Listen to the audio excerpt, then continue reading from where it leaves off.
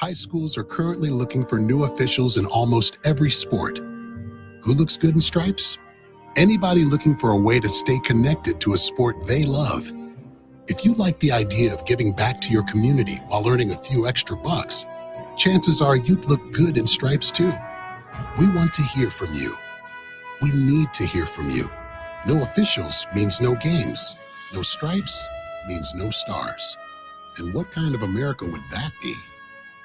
Wisconsin needs more high school officials. Go to highschoolofficials.com to sign up or learn more. That's highschoolofficials.com. I'm Doug Russell. We start in Williamsport, PA, where the Brewers had the Sunday night spotlight for their tilt with the Atlanta Braves. Milwaukee had their chances. A fair ball. That's going to play to run. And we're going to have ourselves a 3-2 game. And this may be a triple for Lara. He is putting on the Jets and into third, standing up. Carl Ravitch on the call on ESPN. The Brewers lose to the Braves 4-2. After the Cubs win on Sunday, Milwaukee's lead in the NL Central stands at 6 games entering the week. The Brewers are off tonight. Also Sunday, center fielder Garrett Mitchell suffered a wrist contusion, but x-rays were negative. Moving on to golf, the BMW Championship goes to Wyndham Clark. He fires a 17-under for the tournament. That's good for a one-shot win over Patrick Cantlay. And the Packers have their second-to-last open workout of training camp today. Billy and Wayne will have training camp live starting at 11 live from Rainiski Field. The Huddle starts now. I'm Doug Russell on Fox Sports Radio, Wisconsin. Good morning, Wisconsin, and welcome to the Huddle. I'm all for someone huddling if you have something to say. It's time to wake up and talk about the teams you love. Everybody wake up! Everybody wake up! With the guys you love. It's just about getting the group together. I need you, you need me today. Let's keep touching each other. Let's make sure we feel each other. Let's make sure we smell each other's breath. Watch us on YouTube, Facebook, and X. You need 15 or 20 huddles to correlate with a number of cameras. Take the cameras off the field, then there'll be no huddles. Now gather around because it's time to huddle up. West left slot, 323 wide stick on one. Ready, Biller for blitz. If it looks like man coverage, I'll check. I'll go 200 yes. You got to cut and crack. Now cut and crack. Red, right, 18 bob on one. Ready, cut them and crack. If you look at this play, what we're trying to get is a seal here and a seal here and try to run this play in the alley. We're going to tackle what we got to do. All right? That's all we're going to do. Let's go out and kick the tape. All right? 1, 2, 3.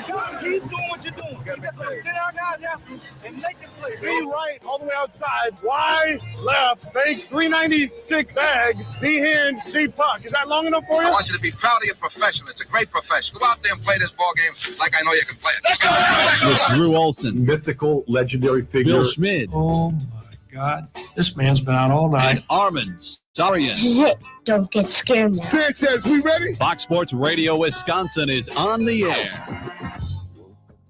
On the airwaves, on your radio, on your phone, on YouTube, Facebook, and X. Game on.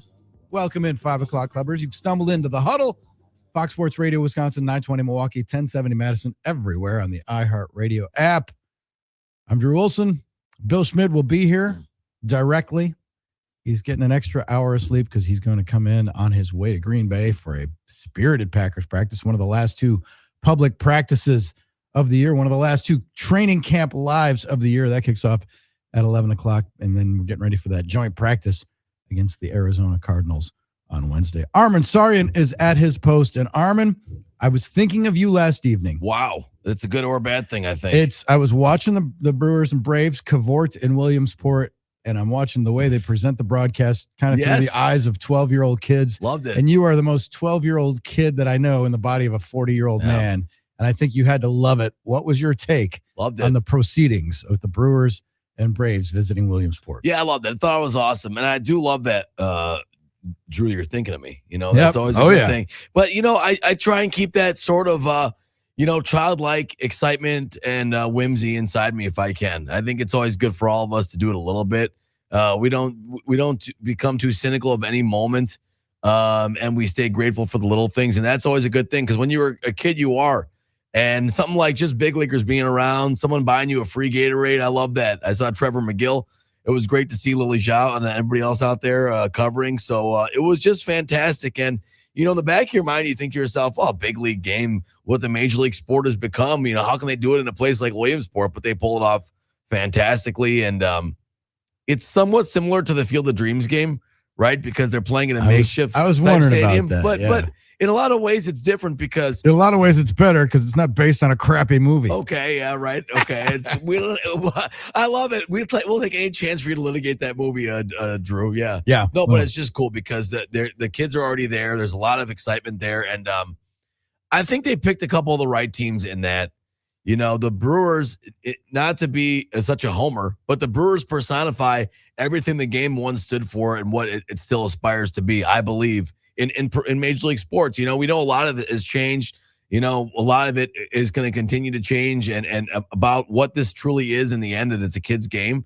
CBAs and lockouts and salary caps and things like that. But at its heart, it's still a kid's game, and I think you found the right guys because the Brewers are a youthful bunch, a team that is led by a guy that understands, the work-life balance, understands what it's all about, keeps things in perspective, manages it sort of like he's managing a bunch of kids. I love that. And Atlanta too, which is also a fantastic franchise that's successful. And you got a bunch of guys that really embraced it. I mentioned already McGill buying the Gatorades. You see the Brewers walking off the plane. You see them doing the little thing with the Little League pictures and the Brewers social media. It's just a lot of fun. It's great to see us be a part of it because the Brewers represent the game positively, in my opinion, in so many ways. And yesterday was another great example of that, Drew. And it's fun. I wish the Brewers would have won, but I mean, Drohan kind of held his own a little bit, but they couldn't get the win. But overall, it was a great series in that sense. So got 2 out of 3. But yeah, it was awesome to see, and great that we were a part of it, and great that our players embraced it so much because you can tell this is not like a jaded group of veterans that are like too cool for school. I mean, this is a bunch of younger players. Guys that are excited to be there and probably, just a stone's not probably, they are just a stone's throw away of their youth ball themselves. And they all have great memories of that. And it brings all of us back to our Little League days, and brings us a little bit of a memory, which it made me think of something that maybe we'll get to a little later. I don't know if it's for a longer discussion. Maybe good when Billy's here because he's got 2 young boys. But, I wonder a little bit with the emergence of travel ball and the way youth sports are going, is it, you think about Little League, what Little League used to be in your municipality, in your hometown. And I just wonder if less and less Little League is an importance for young kids playing baseball. Not that kids don't like to play youth sports, but it's just the emergence of paid travel ball, right? And you worry about that a little bit. So I hope Little League continues to thrive in America. I hope the organization still continues to thrive.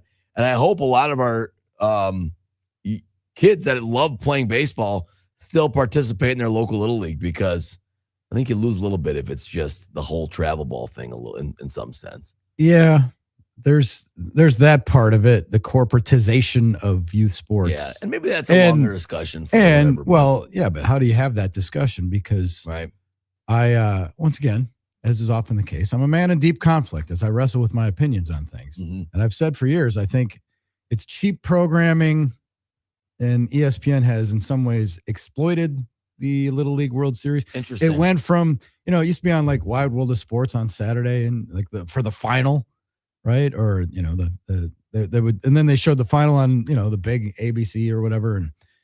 And then we started to get like the preliminary rounds, and we started to get all the road to Williamsport. We started and all the regional finals, and it was okay. Like I said, cheap programming. And I always felt bad because if some kid makes an error or punches out with the bases loaded, and that's going to follow you the rest of your life. Yeah. It's going to be a clip now. It's going to be it's like, even with when I would be California and the kid struck out, the kid looking, and I don't know if you saw any of that on Friday, but then all the internet's arguing that the ball was outside, and like the kid should enjoy the moment, whether or not the call was good. It shouldn't be about controversy. Is that what you mean? Stuff like that. Well, a little bit. Yeah, things like that, and just. But then I liked last night's event and the presentation of it, but I do think that they wring too much out of that mop. They try to, that's for sure. Of the youth sports, and in some ways it is exploitative. But I dug last night. Having kids ask questions of players is cool. Right, I love that. The in-game interview with Garrett Mitchell I thought was cool. he's a good spokesman. He was, got hit in the hand later. They picked him, but they pick him for a reason, right? He's just so good at that stuff. Well, he's good at that. He's got the diabetes story, and he's exactly. an inspiration for a lot of kids, and good player. It is interesting because well-spoken, so yeah, it makes sense. You're right. They put more on TV than they used to, and on one way, it's kind of cool because when we were kids, like if you ever got the chance to be on ESPN, that would have been the coolest thing ever. Well, I'm playing on TV today. Yeah, but are they exploiting them? I mean, you could look at it a couple ways. It is kind of in a way cheaper, free programming. Those kids aren't going to be like start paying us. No, but it is one time a year, and the one thing you do have in this landscape of media is you have runway to put stuff on air. I mean, there are as you know, during college basketball season, there's a million streaming networks that have college games on. You can get any game, so you do have space in the summer for games and things like that. Right? I'd like to see some kind of study or something, just the time commitment and travel commitment. Like these people. That's right. I agree with you. Yeah. I mean, they're spending a month on the road and more, easily more. I mean, I'm sure it's insane, and it is summer, and some schools have already fired up, but for the most part, you're not missing school, but it's the commitment of the families and I mean, how many candy bars and magazine subscriptions do you have to sell to fund this? That's the thing. Those days are above gone. And beyond what you have to pay to play in these, in leagues with $500 bats and equipment. You're not selling popcorn anymore. I mean, parents are taking out like loans and 401ks.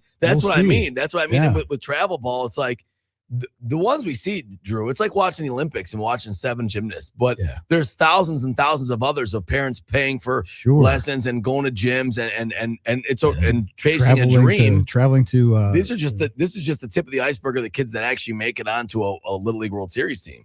But there are kids across America now that's what I mean, are spending their entire summers and their family summers are in paid travel ball. And there's probably some positive in that. Like, I'm sure those are memories they're making with friends, but gone are the days. And that's why when I worried about like Little League staying strong in your municipality, like I think gone are the days where kids used to play in the summer in their local neighborhood Little Leagues, local as much as they used to. Not that they never do, but I don't think kids are, for lack of another cliche term, are gathering at the Sandlot with the neighborhood kids to take on other neighborhood. It's not what it is anymore. Your parents are signing up, paying for 15 bats, paying for special uniforms, paying for the travel, and they're loading up the car. And youth sports used to be about the fabric of a neighborhood, and now it's a roadshow. Really. Yeah. I mean, your kids are going to Cincinnati and Louisville and Charlotte and all these places. It doesn't mean it's necessarily all bad. It just means there's a lot different to it.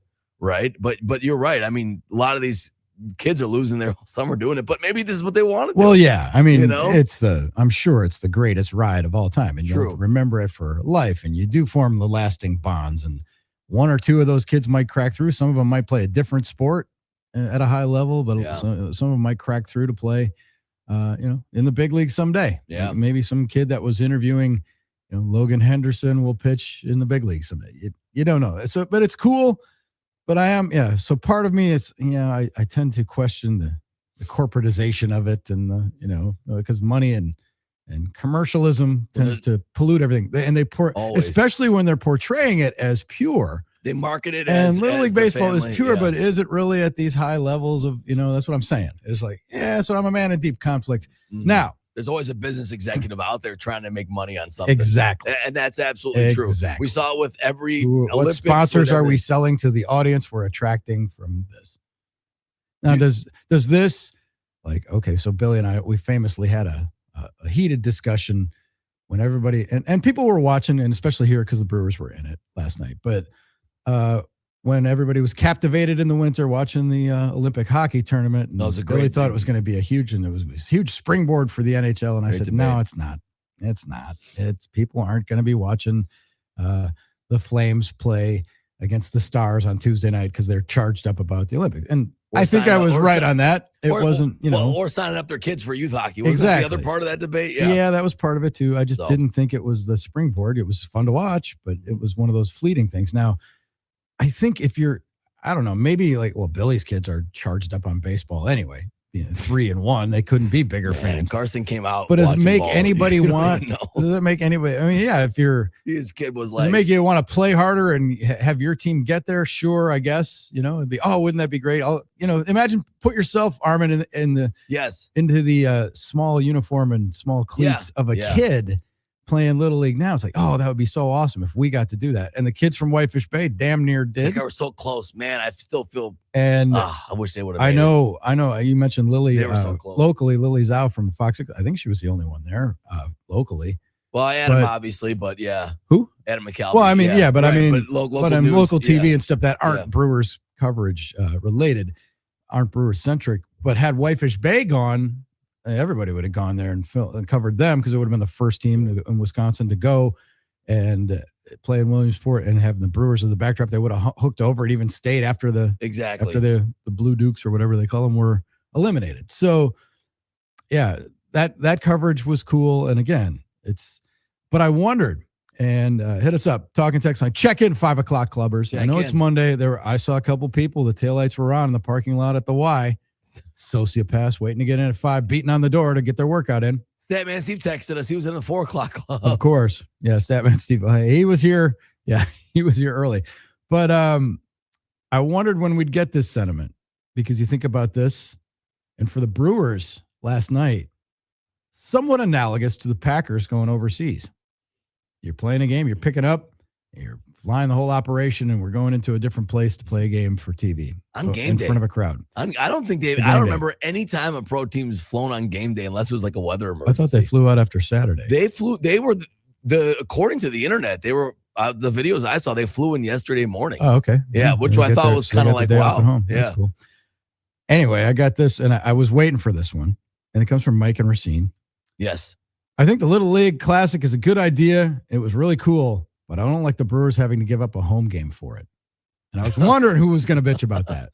Well, this is not like Brewers beat the Braves in 2 games at American Family Field. Sellout crowds. It was rocking. Now, it was a rocking atmosphere, but it wasn't the same as playing a home game. No, I guess now if the Packers lose, and if the Packers play an international game and lose a home game, people bitch.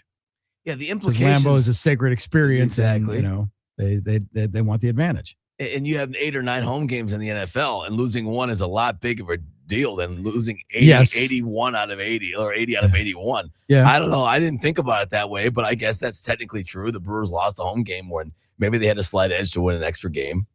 Or is he worried about the advantage the Brewers lost or the gate that they lost from that extra game? Well, that's the thing is I'm Both sure are important for I'm Brewers sure fans. Major League Baseball makes you whole if you give up a home game. You have to. Yeah. I would think that they get. Did you get screwed for the effort? You can't. I mean, it cost them a local TV game too, and that's happened a lot where you're on national TV and but if you end the season 1 win less because you might have had a neutral game, I mean that's the ultimate in excuse making, in my opinion. I mean, we're talking about a baseball season. I mean, I appreciate Mike and Racine, but hey, that's well, it is a lot of revenue from parking and stuff, and so that's what I'm saying. Is like I bet Major League Baseball makes them whole for that. You have to share some TV because revenue. You can't. Yeah, I'm sure, because otherwise the Brewers, they would be at a disadvantage giving up a whole day of parking. Think of how much money came in Friday and Saturday with the sellout crowds in terms of parking, concessions, beer sales. Gosh, especially on Saturday with the way that everyone came out for the jersey and everything. Absolutely, and that was a huge day at the park. Yeah, and the thing so is, was Friday, and then Friday was too. Friday was too, absolutely. And with the Miz Sale matchup. And the thing is, people like to hear this. That's important for Milwaukee. I mean, if you're a Brewers fan, like making gate and making profit at the game for Mark is very important because we know they don't make a lot on that media rights revenue. So the way we keep the Brewers solvent is by spending money at the ballpark. And I know fans don't want to hear that, but it is very important for Mark and for everybody else out there. Mm-hmm. So even one game could, I suppose, change their bottom line a little bit, right? I mean, you're talking about multiple tens of thousands. Yeah. So you have to think MLB makes them whole a little bit on that in one way or the other. Yes. Yeah, I mean, that's just the way the schedule worked out. It could be like the Field of Dreams game if the Brewers ever went. Someone's losing a home game is my point. Yeah. In a game like that as well. Yeah. 877-794-1973 gets you in. Here's a text, and this is interesting too. Because it's from the 715. What did you guys think of some of the social media posts, Dugout Report, that ballyhooed the Chris Sale interview last evening with Karl Ravech, especially when he thanked him for his years of work, that he was one of the good guys in the headlines? When earlier in the game, as you mentioned, Garrett Mitchell just did the same thing in a great interview, but per usual, little old Milwaukee Brewers can't get mentioned. I don't understand the question. Well, Garrett had the interview. Garrett got interviewed during the game, but I thought the stuff that he said about Ravech was after the game, not in his in-game interview. Well, I'll have to go back and check. I saw most of his in-game interview, and I didn't. I thought that was afterwards. Maybe because he was playing and didn't think to say it. Well, yeah, but he said it afterwards, and Dom posted a video of him afterwards. So I think you might have the chronology wrong there. But my thing would be, who cares? Like, well, I don't understand the Brewers weren't. The Brewers weren't lacking for attention last night. Like, they were in the showcase game, and they did get kind of equal representation. And they had, Christian Yelich was in the booth for the Little League World Series game, as was Ozzie Albiz. Like, it wasn't disproportionate. There was no big market bias in yesterday's presentation. If you're worried about what Dugout Report, and what is that, a Twitter account? Is that what that is, right? I mean, I'm not. Yeah, it's not a bigger publication, right? It's not like Baseball America. I mean, if you're worried about what Dugout Report is saying or not saying about the Brewers, I think you're looking to be aggrieved in that sense. I don't think we're like we're predisposed. It's getting disrespected as a small market. Joe Buck and Troy Aikman hate the Packers. I appreciate the energy. We've been down the street before. If you need someone to defend your house, 715 here. Give us your name. Yeah. We don't have it, but he's gonna do it. I think what Chris said about Karl was great. I got to go back and see if you're right about Garrett. I know he gave an interview after. Did he? It was prior to it on the field. I thought he was talking about Ravech beforehand or something. Well, I think also he said, talking baseball, Garrett Mitchell both think Karl's. So it looks like he did both times. Oh, maybe. I don't know. Don't worry about it. 715, brother. Yeah. But don't worry about it. We're not getting disrespected by Dugout Report. Exactly. If we are, you're not. And fire. Let Chris Sale say what he wants because he lost the game. He lost the game on Friday against the Brewers. So it's fine. I mean, Chris Sale's a bigger star too in baseball. He is. Not that Garrett's had a good year, but 877-794-1973. Stephen out in Alaska said, "You'll realize it's not so instant if you sit in the parent section listening to parents complain about someone else's kid. It's too much pressure for these kids." Oh, I'm sure it's terrible. We hear horror stories all the time about overbearing parents, and they put their hopes and dreams into these in very strong emotional ways. Yeah. And I know how people feel about their kids, and I would only imagine the stuff they're saying, like the politics and the drama of like youth sports amongst the parents. I'm sure it's bad. Regarding the expense of it, Tim on the talking text line, how many travel ball moms started OnlyFans pages to pay for bats and gloves? Okay. Red Hot Tim not always is thinking about that. Yeah. I don't think many, to be honest with you. I don't think many. I think it's funny. But you remember the old SNL bit with Will Ferrell playing the over angry drunk dad saying, get off the bag, stay on the bag. Yeah. I think that like, unfortunately, probably isn't as much a joke of a parody as it used to be. Mm-hmm. There's probably a lot of parents yelling at their kids during these games. I don't think it's just about fun when you're starting to pay travel ball costs and taking out loans to let your kid go play some Little League tournament in Charlotte. Yeah. But whatever. I mean, this is what we do now. This is it's an American thing, is travel ball. Brewers won the series in the weekend against the Braves. They did not win the season series. That is deadlocked, which means the Braves would likely have the tiebreaker right now because the tiebreaker would go to division record. Yeah, that part's a bummer. The Braves would be ahead of the Brewers. But at least we picked up some space with the Cubs. Yeah, I mean, it was 7. Cubs got walked off twice. Yeah. So lost the game yesterday, but still overall. Cubs got walked off twice, and then the Mariners turned in the Mariners and gave up a couple of touchdowns yesterday. And that thing with the Braves, it's probably something we should be watching more for the first round bye. Like some of us are not. I mean, some of us still just pay attention to the division first, but I know like Billy's on it and Hunter and stuff. Yeah. That's something we got to watch for, obviously. I've said it. It's more important for the Brewers than anybody else because you win the series, you don't have to play. Yeah. And that's the very Brewers, important. it's the same thing with the Packers. All right, we're off and running. Hit us up, 877-794-1973. A lot of layers to that. We can peel back the onion on the Little League World Series Classic. Cool event. Brewers have a day off today to relax, or will they? Because they'll be in New York City. Good place to have a day off. Yeah, hang out in. Not bad. Wow. They stay in Queens. I'm not really sure. A lot of options. Oh, they stay in Midtown. Man, they're in Midtown. They will. That's good. The city is their oyster. Guys will have some fun today and tonight. It's a pretty good day off to be in New York City, hanging out, getting ready for a 3-gamer against the Mets. Then they're right back home. against the Rangers. And then, oh, baby, buckle up because that's the Cubs tournament starts 7 games against Cubs in 10 days. Billy's going to be in at 6. Dolph will join us. Do we have Hunter today or is Hunter coming on Tuesday? We're going to have Hunter on Tuesday to make runway for Wayne at 7:25. So we'll get a double dip of Wayne. Voice of the Packers, Wayne Larrivee, today at we'll 7:25. That's what I thought. Yeah. That is fantastic. So That's a show, man. We'll do Hunter Tuesday and Thursday going forward, and then we'll do Wayne Monday and Friday. That is spectacular. Spectacular. We're glad you're up early with us, you insomniacs, early risers, sociopaths, waiting for the health club to open. We call you the 5 o'clock club. We love you. You're in the Huddle, Fox Sports Radio, Wisconsin.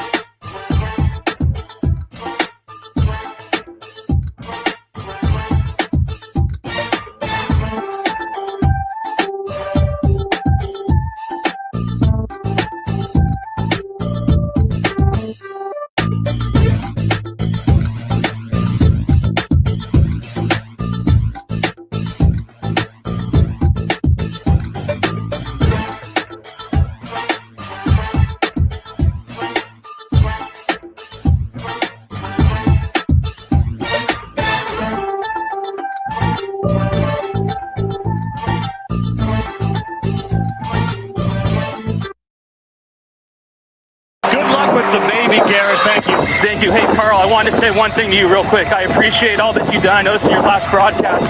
I appreciate everything that you've done for this game. I've been listening to you for a long time, and it's a pleasure to share this last one with you. Thank you very much. It's been a pleasure to share with you, too. I appreciate it. Have a good one, guys. I do want to say that was the walk-off by Garrett Mitchell. So he did say it. He also expounded upon that in the post game. Correct. So there he you said go. It in both spots. Yep. Did it both ways. Yeah. And then so Chris Sale got on social media. He saw it on some dugout, Bob's basement baseball blog.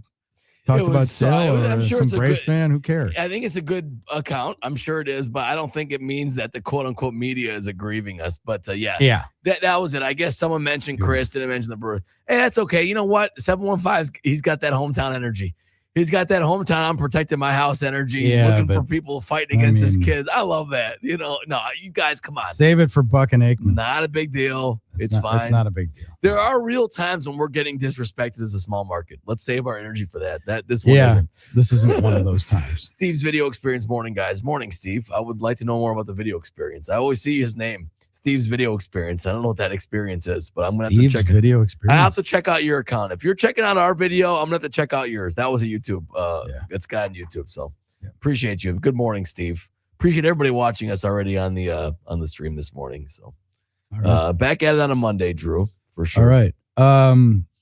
From the 601, Brewers flew to New York Saturday after the game, then flew from New York to the Little League City on yesterday. I did a little flight tracking, Drew, and I thought I saw some of that. It's kind of hard to figure out, but I guess, so they must have wanted to get settled. There wasn't a hotel in Williamsport for them to stay at. So I guess that was it. They flew in and out. So I tried tweeting at Adam because I noticed that, and I was wondering if they had ever done that. Like, do you remember another time where a pro team flew in day of? Maybe they do that same thing in Iowa. Yeah, it was because of weather or plane problems. It's got to be, it's got to be extenuating, unexpected circumstance. But I guess this way they could get settled in New York with a traveling party. Yeah. And then get ready to bring them when they come back after the game, fly back to New York and get settled into the hotel and stuff like that. We did talk about the Brewers losing a home game, and I'm sure they were made whole because revenue wise, because otherwise, I mean, teams wouldn't go. Wouldn't be fair otherwise. If it cost them a whole gate and concession parking revenue from a home game, and it would have been a really big crowd on yesterday for sure for Brewers Braves. From the 715, here's the other odd coincidence. Packers had field slipping problems in Brazil. The Brewers, David Hamilton, slipped and made a huge divot with his spikes last night. Didn't get the throw to Vaughn, and it cost us a run. Yeah, that's true. That was a tough spot in the game. It was kind of an awkward one because it was kind of a dribbler, right? So he had to stop and pull up, but he did slip. Now, is the dirt in Williamsport like inherently worse than any other? That's the thing. It could be, I guess, not as good as a field. But the thing is, AmFam Field is much like Lambeau. It's regarded as one of the better playing surfaces. Yes, especially in the dome. They do a great job. They do an incredible job. The surface is great. Almost nobody bitches about it. They say it's fine. But I've seen guys in the outfield take up big chunks out there and stuff too. It's like it just happens. It's one of those kind of freaky things. Come on. Yeah, that could happen anywhere, anytime. I mean, that could have happened at Truist Park. Guys slip all the time. Now, whether or not we can blame that like for being the reason the Brewers lose a game, I don't know. I think it's a stretch, but all right, what is that? Ryan Woodley is their head groundskeeper, right? I Yes. think. Yeah, he does an amazing job with that field and his crew. All right. So JB and St. Francis want to know, the loss of the home game is one thing, but would Contreras' deep ball have gone out in AmFam Field? And I can say, as wrenching as it was to watch that, the answer is no, according to StatCast. StatCast said that would have been a home run in 7 big league ballparks, not including American Family Field. Yeah, you can there's kind of a visual trick with the stadium, right? Because it's like kind of a more open outfield, so it looks bigger probably than it might actually be. Yeah, but who knows? According to Adam McCalvey posted it, Sutter Health Park. Isn't that where the A's are playing? Yankee Stadium, Angel Stadium, Dodger Stadium, Citi Field, Great American Ballpark, and Globe Life Field. Yeah. Would have been a home run. Not a home run at AmFam or in Atlanta or Fenway. So 7 parks that would have been gone. So what if it is? Is he trying to say like we're getting screwed? Yeah. Adam said, I don't know if the robots of the StatCast overlords are sensitive to the thick, cool air at Williamsport. We're really nitpicking here. He said it was thick, cool air. Aren't they in the Appalachians? I don't know. Is it thick? Are we close sure? To Montoursville. I don't know. I mean, but I mean, I don't know. I didn't think about any of this stuff. Yeah. I like that people. I mean, look. I mean, if they weren't in the Polo Grounds, would Willie Mays have caught Vic Wirtz's fly ball in the center? Nice reference. Armen going all the way back to 1954. Well, one of the most famous catches ever because the Polo Grounds was deep. It was like 500 feet to center field. Yeah, I mean, is it? I'm not saying these aren't fun questions to ask. I'm just saying, are we trying to say we're being like we got screwed? Yeah, like we've got beaten in ball game, guys. Come on, It was a fun night, and the Cubs. If you were hate watching the Cubs on Friday or Saturday, you had a good night. You know, they got walked off twice, and then that was great. The Rose. I was at a gathering yesterday. I was at this event yesterday, and a friend had the Cubs game up on his phone. He was kind of hate watching the Cubs yesterday afternoon as they played the Mariners. That's to your point, Drew, and right? Rosarena hit a homer, and the Mariners were up early. And every once in a while, Armen, blind squirrel, your boy here. I'm like, yeah, you know what? After getting walked off, the Cubs are due to hang a crooked number on somebody. And I said, and these Mariners just gave up a couple of touchdowns against the Brewers, didn't they? And I just kind of said, yeah. And this was like in the second inning. Yeah. Did you see the final? Yeah, it was like 17-2 or 19-2. It was 19-2. 19-2, yeah. Yeah.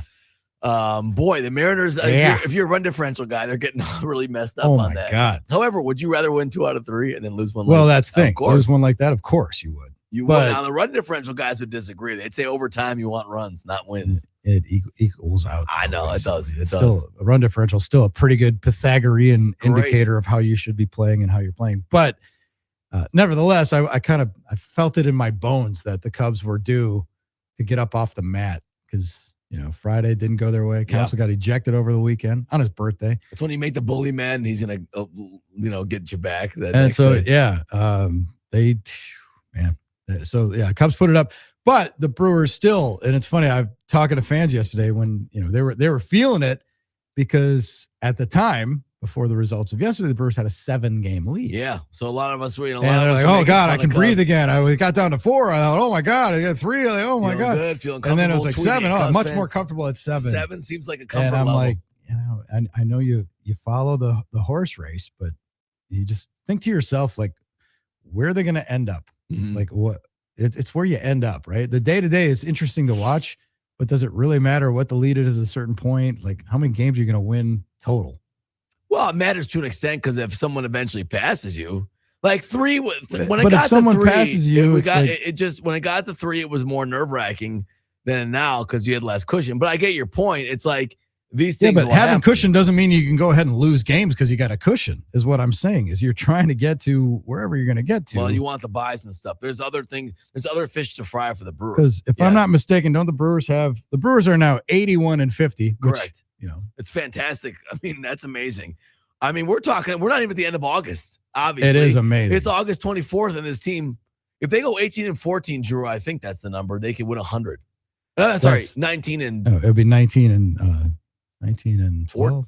12. Was that? Okay. All right. Yeah. Well, which that's a pretty good stretch. It's going to be. I don't think they're going to get to 100, but that'd be a pretty good stretch. But they should be in line to comfortably get 96 to 98 wins here. Well, yeah, comfortably. I would say 96. You go 500 down the 500, stretch. 500 gets you to like 96. That'd be great. Yeah. But that's the thing. Is like you think in those terms. What do the Brewers have to do if the Brewers play 500 ball the rest of the year? Which, how many times have I said it? You've heard me say it. Mm-hmm. When you're a good team, that's your baseline. Yeah, it's like you're playing 500. Like you just kind of spinning your wheels. 31 games left, right? So 31 games left. Say the Brewers win, say 15. 15 or 16, yeah. Let's say they go 15-16, which would be like a bad stretch for them, right? 96 wins. That puts you at 96 wins. Now look down at the Cubs. Cubs are 75-56. So they'd have to win 21 of their remaining games. They'd have to get to 96. Yeah. So obviously, so that's what you keep in your mind, and that's like you can follow the machinations in the day-to-day, and even will be really hyper-focused on it because people say the games count double next week when they start their little tournament of 7 times in 10 days. Sure. And my theory on that is like, don't freak out about that unless one team goes 6-1 or 5-2. It's not going to swing it that much because I just assume it's going to be 3-4, 4-3, one way or the other because they're pretty evenly matched. So unless you have a streak like that, it won't swing it. What fans freak out about? If you run the table, if one team runs the table it's catastrophic for the other. That's how fans think, though. Unless that happens, if the normal course of things happens, it's just, it's actually just one more game. Yeah, right. But fans freak out about the disaster, the sky falling scenarios. Of course. But you're right. Because of because you have a bigger lead now, you feel safer going into that series. Although that's not licensed to lose games. Correct. That's what I'm saying. You want that step on the gas, all gas, no brake mentality. Oh, sure. You hope the Brewers keep their pace. Yeah. That they've kept and try and win 100 games if they can.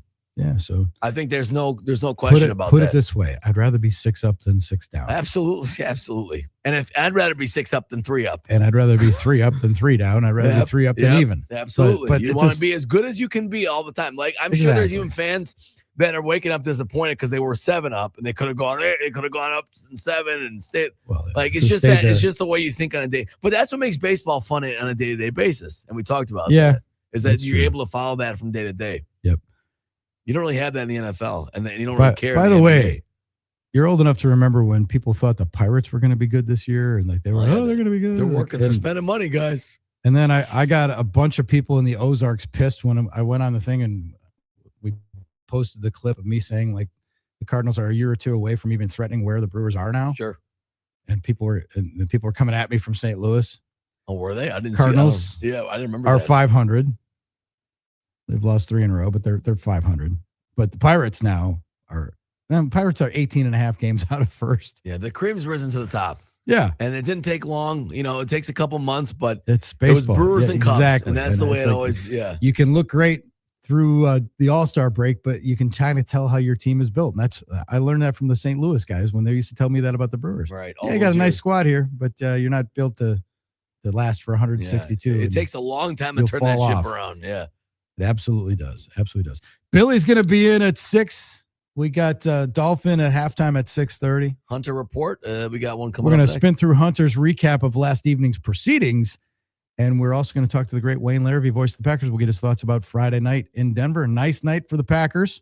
Had a good night on Packers OT here, working into the early wee hours. But that was good. It was a pretty good performance. We'll talk more about that. I think it's going to be a big practice today, a light one tomorrow, and then the joint practice, which will be kind of the last look for the starters before the exhibition finale coming up on Friday at night at Lambeau Field.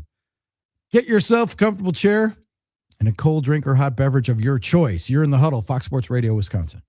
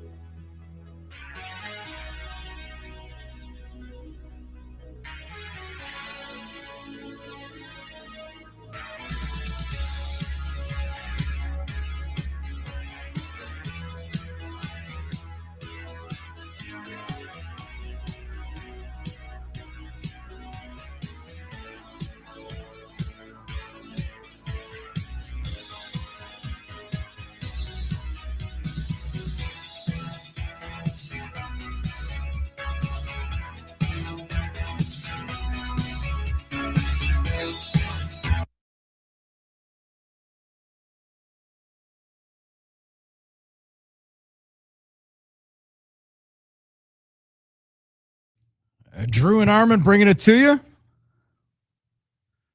on a Monday in the good land. 877-794-1973 gets you to the NicoletLaw.com talk and text line. Following the show today, I'll be headed to Game Day Men's Health in Brookfield. Where's my bell?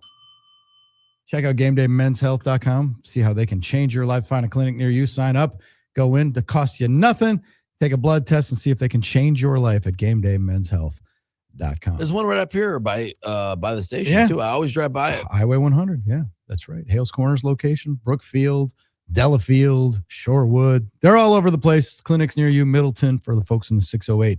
Check them out at GameDayMen'sHealth.com. You can reach us, 877-794-1973. Get you to the NicoletLaw.com talk and text line. Your thoughts about the Brewers weekend. Taking 2 out of 3 from the Braves was pretty sweet. Sellout crowds Friday and Saturday. Good to see day baseball. 3 o'clock start.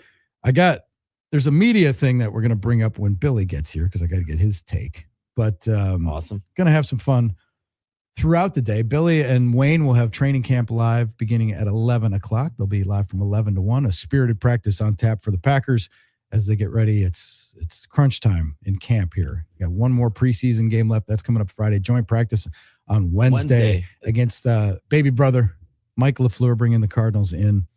And we will talk about all of that when Billy gets here.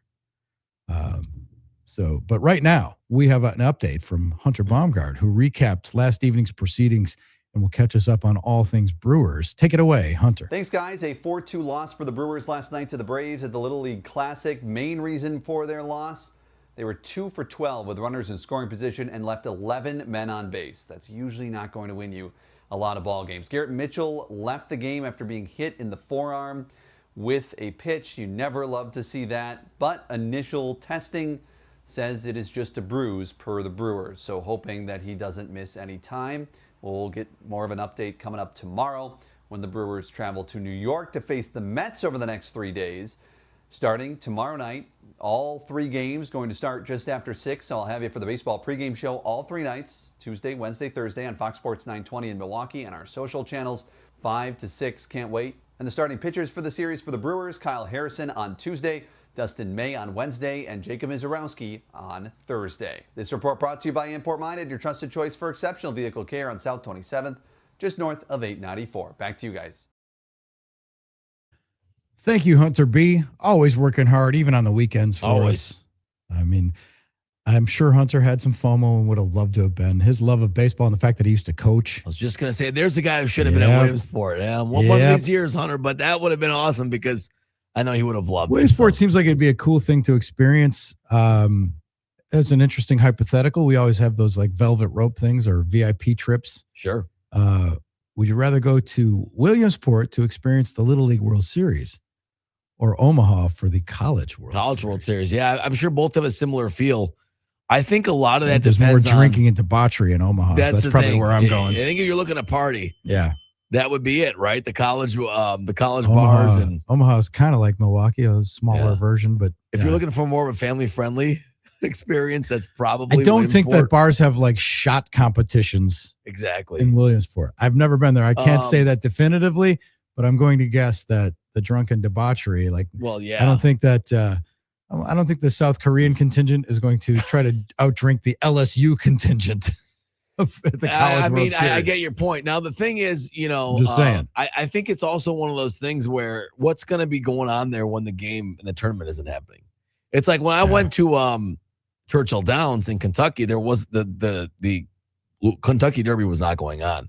We were there for a bachelor party. We took a tour. It was still fun to see the track and to be at the tour.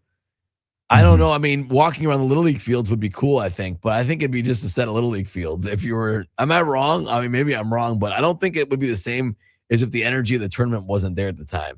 College World Series might be different. Plus, you're in Omaha. But I think you're right, Drew. I think that one depends on your lifestyle and what you're looking for sure. That's true. I think that's the case. That's true. All right. So one of the things that stood out to me about the Little League World Series and stuff is, and we're seeing it, and I made the comparison last year when he kind of burst on the scene. Completely different, I know, but I said watching Miz early is like watching Giannis early. Watching him develop and bloom. Miz was maybe a little more advanced. Miz burst on the scene, yeah. He was exciting. Giannis but was he a took time. slow build because it took time. He put on, the muscle and became the Adonis that he is now. Yeah. We kind of thought, but it was similar. And then you're watching Miz, and he was like, that drove it home. Like the videos of him walking around that complex with a throng of kids behind him. He's the rock star. Like he's the rock star. He's the guy that kids are growing up wanting to be him. Young guy. He can do amazing things in the field. And Collects he's into cards. Pokemon. I mean, I think he's a lot of reasons why he's. But he is an absolute star. And the Brewers have leaned into it. They shielded him a little bit early, but now they're kind of leaning into it. I think Miz is starting to get acclimated to that, where he is he's the guy. Like these are the kids.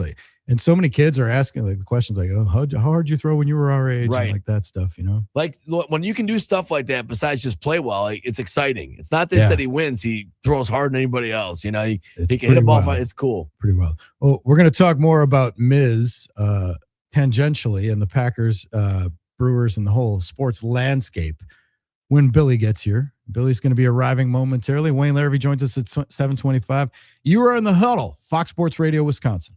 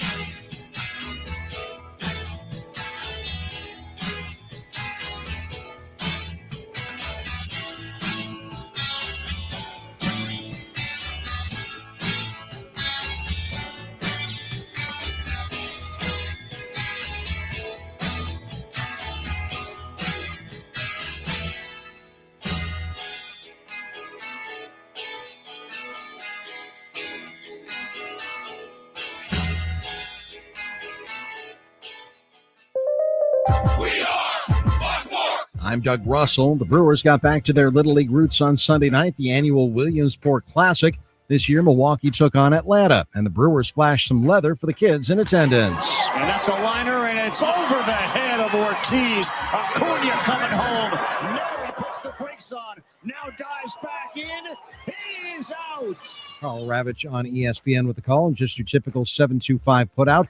Also in this one, David Hamilton pulled off a 5-3 ground ball double play.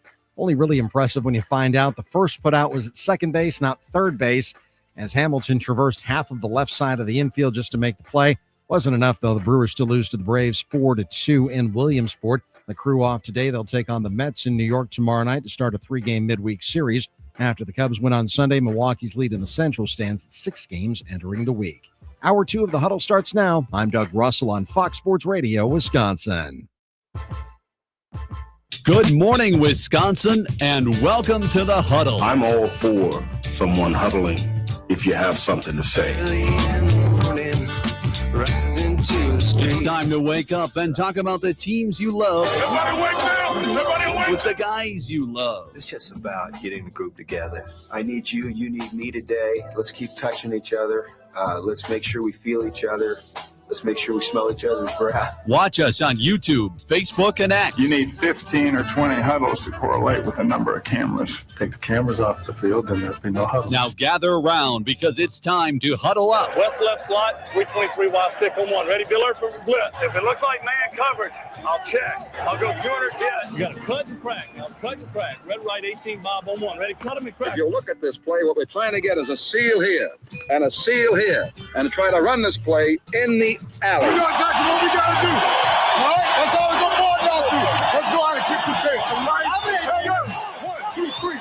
Keep doing what you're doing. Sit our guys after and make it play. Be right all the way outside. Wide, left, fake, 396 bag, D-hand, C puck. Is that long enough for you? I want you to be proud of your profession. It's a great profession. Go out there and play this ball game like I know you can play it. With Drew Olson, Mythical, legendary figure. Bill Schmid, Oh, my God. This man's been out all night. and Armen Sarian. This is it. Don't get scared now. Sanchez, we ready? Fox Sports Radio Wisconsin is on the air. Taking no prisoners on a Monday in the good land. It's the Huddle, Fox Sports Radio, Wisconsin. Drew Olson, Armen Sarian, joined by our pal Bill Schmid on his way up to Green Bay. Hello, Billy. What's happening, fellas? Good way to start up a Monday. Yes, getting ready for Training Camp Live as you do double duty, an hour of the Huddle, and then Training Camp Live with the great Wayne Larrivee, who, by the way, joins us at 7:25. That is a beautiful thing. Wayno is going to be in rare form because this is our final week. These are the final 2 days. Yes. And it is strange, Drew, because we finish up camp. We're this close to the end, but we're still so far away from the actual game that matters. So there is a waiting period, no doubt about it. But this is High Fashion Week. This is the fun one. If you haven't been up there for one of the training camp practices, you get 2 chances. Might be a little late to make the arrangements for today, but definitely make sure you're there and there early coming up on Wednesday, because that's going to be one you want to see. Wednesday's going to be the high fashion practice of the year. Packers winning 33-13 in the Mile High City. On Friday, we were helming Packers OT. It was a pretty good effort all around. Trace Mack continues to shine. Marshawn Lloyd caught a touchdown. First offense looked good. Jordan Love didn't hit his hand on anybody's helmet. That's the best part. Which is good because he ain't going to play on Friday night. No, and Drew, I was kind of doing this exercise thinking through. This is the least misjointed offseason that Jordan Love has had.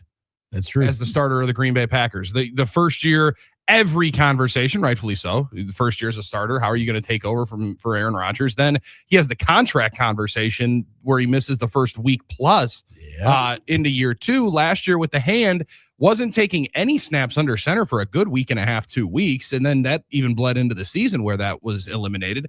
And now, I mean, again, knock on wood, we're close, but not there. He's going to finish up training camp healthy, confident, and practicing every single day. That's a heck of a way to start. He's just got to get through Wednesday. Just got to get through Wednesday. Not hit his hand on anybody's helmet. And we got the red jersey on, so let's not try to be heroes. No one's trying to be a hero. Baron Sorrell, right? The guys like that, yeah. Or now, Josh Sweat. Maybe it's going to be interesting, right, with the joint practice, because the trend has been fights.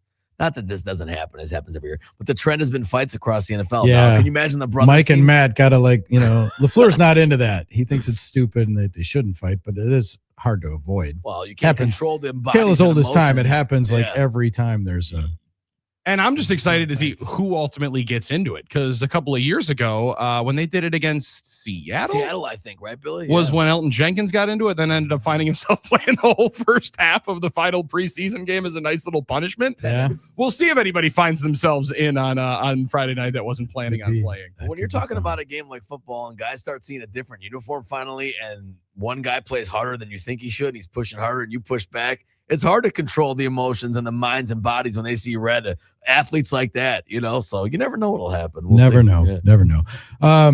Billy, got to put a quarter in you and ask what you thought about the presentation last night of the Brewers in the Little League World Series Classic against the Braves. Game didn't go their way, 4-2 loss, so they didn't sweep the series. But what did you think of the pomp and circumstance and the ceremony and the majesty and the mystery that was the Brewers trip to Williamsport? Well, I would say the social media department gets an A+. Like, I thought all the coverage online was phenomenal. Them even getting off the plane, which happened on Sunday morning instead of Saturday night, but made more sense to enjoy the whole day, like the full runway of the day. And you could tell that the guys genuinely enjoyed it. And at some point, you hope that you don't have to. But when guys have made millions upon millions of dollars playing, and they're in the midst of the most important drive stretch, it's not like this was the Rockies and A's, right? Like this is an important game. These are two extremely good teams, division leaders that are trying to get themselves ready for the playoffs in a month and a half. And I don't know that everybody would go into it to have as much fun and just let it be as both teams seemingly did. It seemed like it was phenomenal, from the interactions with the kids to Walt Weiss and Murphy getting interviewed during the game, where you got to hear Murphy, get out, baby. Yeah. Okay, there we go.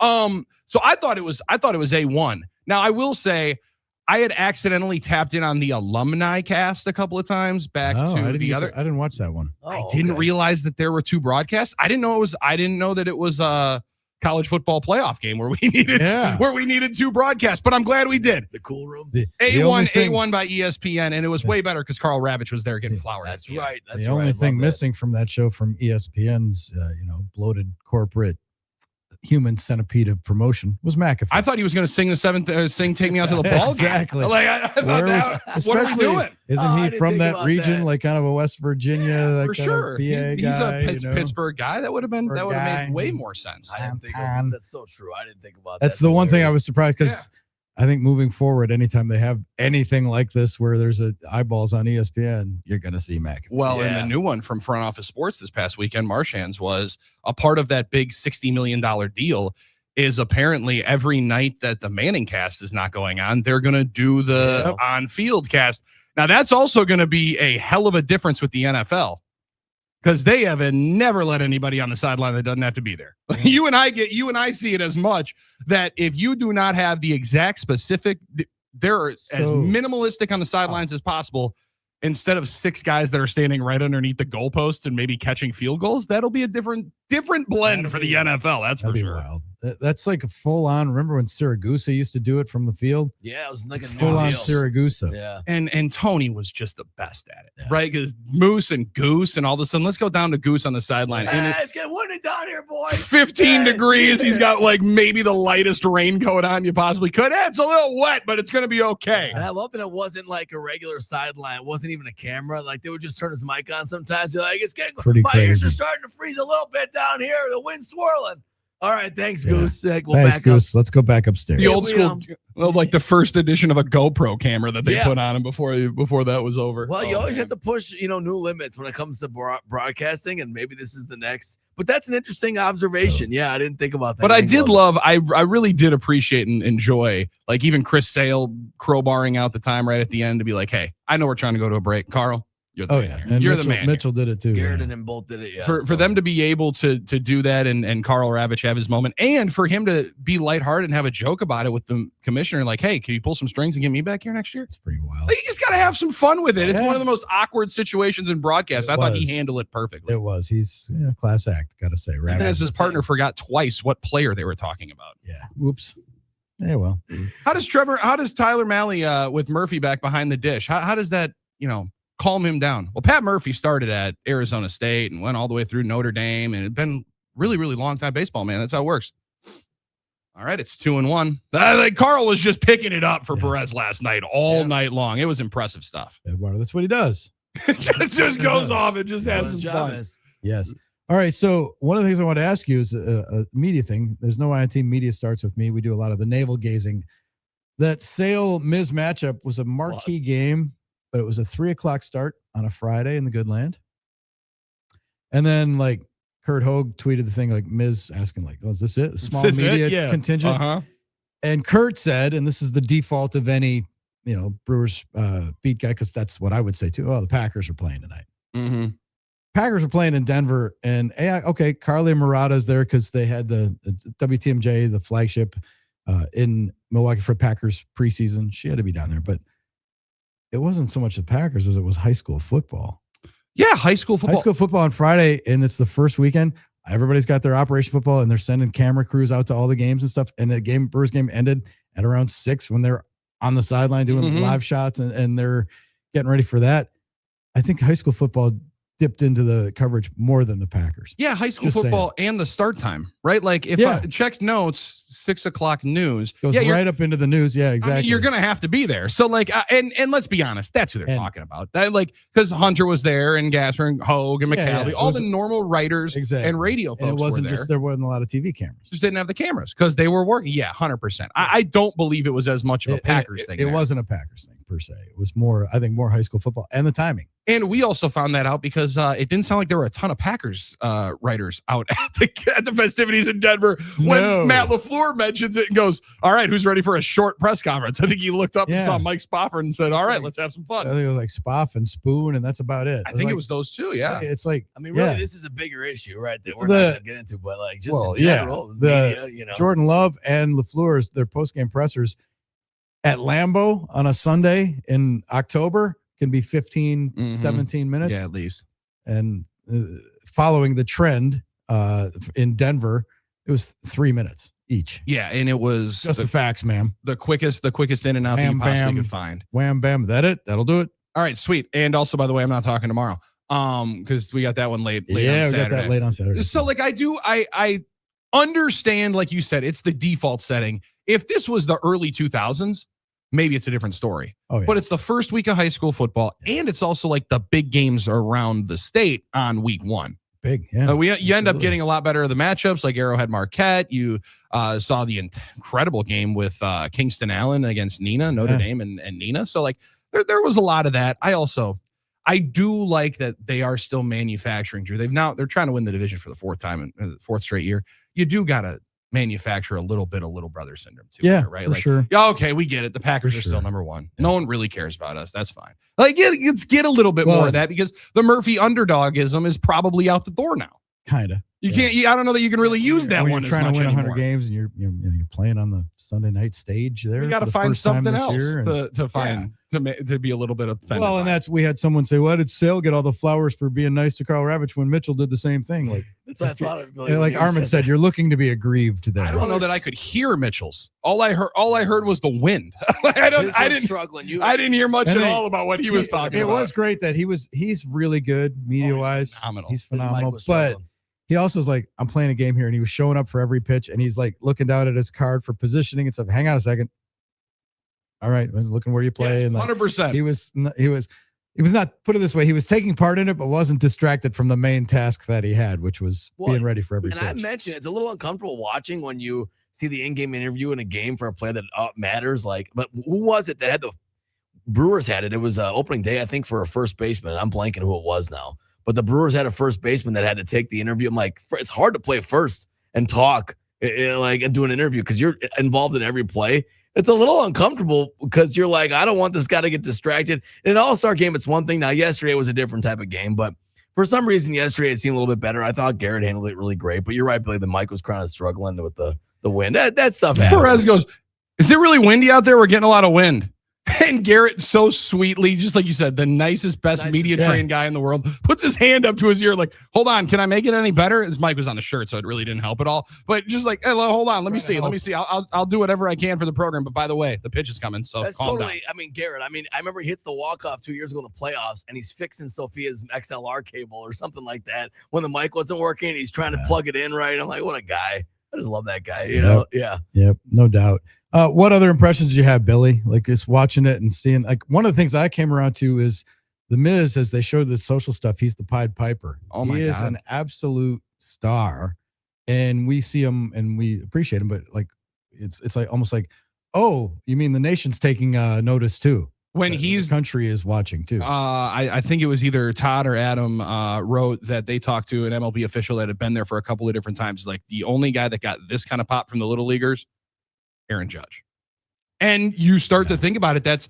Now we haven't won multiple MVPs and haven't been in the league for a decade. No, but that stardom right now is as hot and shining as bright. And there's just a relatability with Miz that I think is a little different than other stars, where he likes some of the stuff the kids like. He's ripping Pokemon packs, he's like Buddy all of the them. Elf, Giannis. Like I got the same vibes last year. It's like he's coming on, watching him. It's like watching Giannis when he was young, and we're watching him emerge as this national star. And Sale, I thought, hit it well, where he's like, yeah, the dude's obviously unreal. Like that fastball is amazing. Mm-hmm. But he's like, if anybody is going to have that talent and have this type of, I don't know exactly how he phrased it, but he's like, he's the right one to carry the mantle of the G-Shucks, of the guy that everybody's going to love, the Forrest Gump, the one that all the kids really want to be. They picked the right guy to give the talent. Because, well, and Chris Sale, like, look at his career and like his popped on and look at his resume.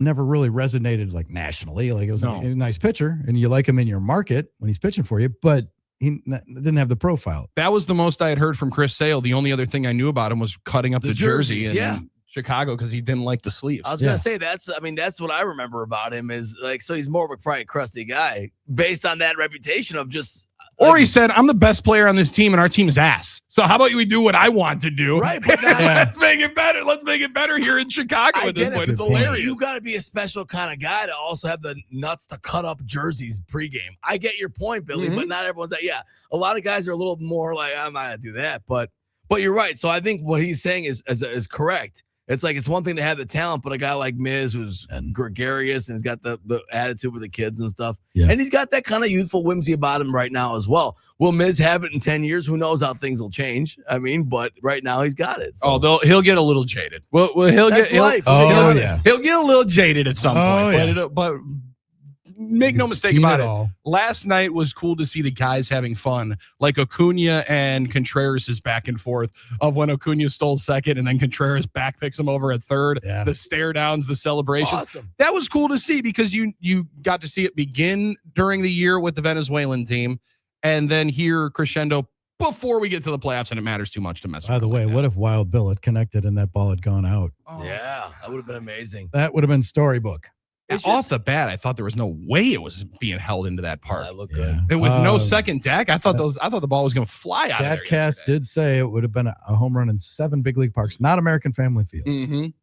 It's just one of those things, though. You're right. All these things, it reminds you that, like, of all the things surrounding baseball, troubles, business, the way pro sports has changed, it's still great to see these guys having fun, and you see it organically, and they were doing it, and they were enjoying the moment, and not every team would have embraced that, I believe. So they picked the right team. Baseball leans into it because what are you going to do in the NBA? Like celebrate the AAU stuff in the summer? Like they don't have that opportunity. A game at Rucker Park would be pretty sweet. The NFL, it would be pretty. That would be like the only thing that you could do, but I don't know how you'd actually do it. Well, it's kind of like actually do and that. Hockey's equivalent of it is the outdoor classic, I would say. A little bit, yeah. That's like where you get, and that's the funny thing too, is like we talk about it, hockey. Oh, the kids and playing on the pond or playing in, flooding the backyard and stuff.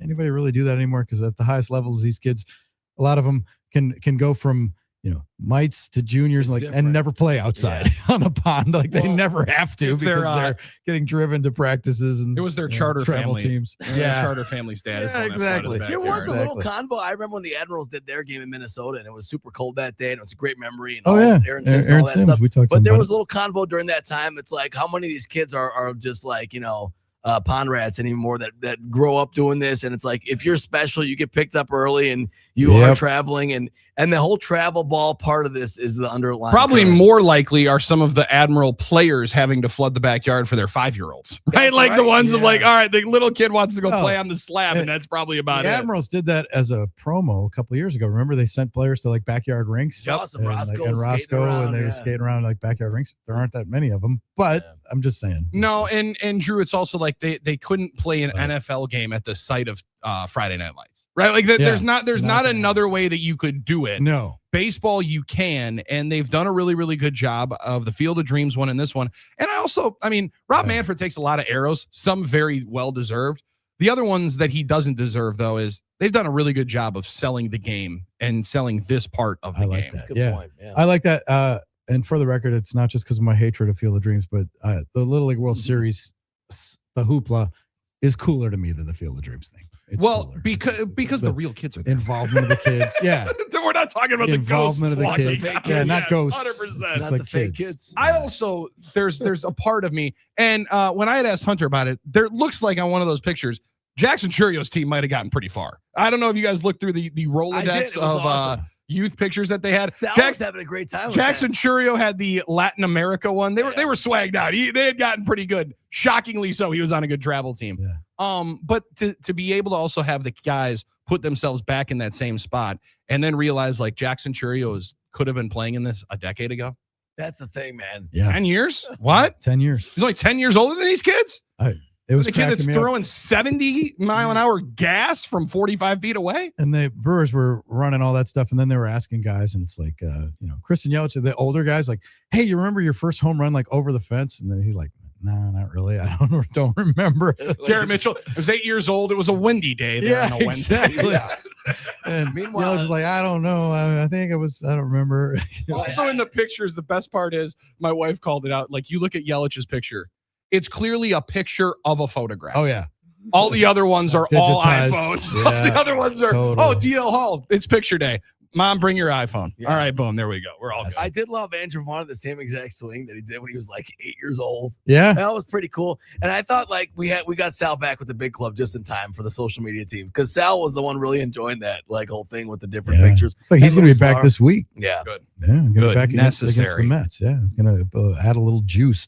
We also got some news about Brandon Woodruff. We'll talk about that as we move forward. That was like, whoa, okay. Well, still going to be like hitting an inside straight there. I rubbed my eyes. I'm like, wait a second. Wait a minute. Brandon Woodruff not getting I jumped up out of my seat. Not getting surgery and could be going to start throwing and could be ready by.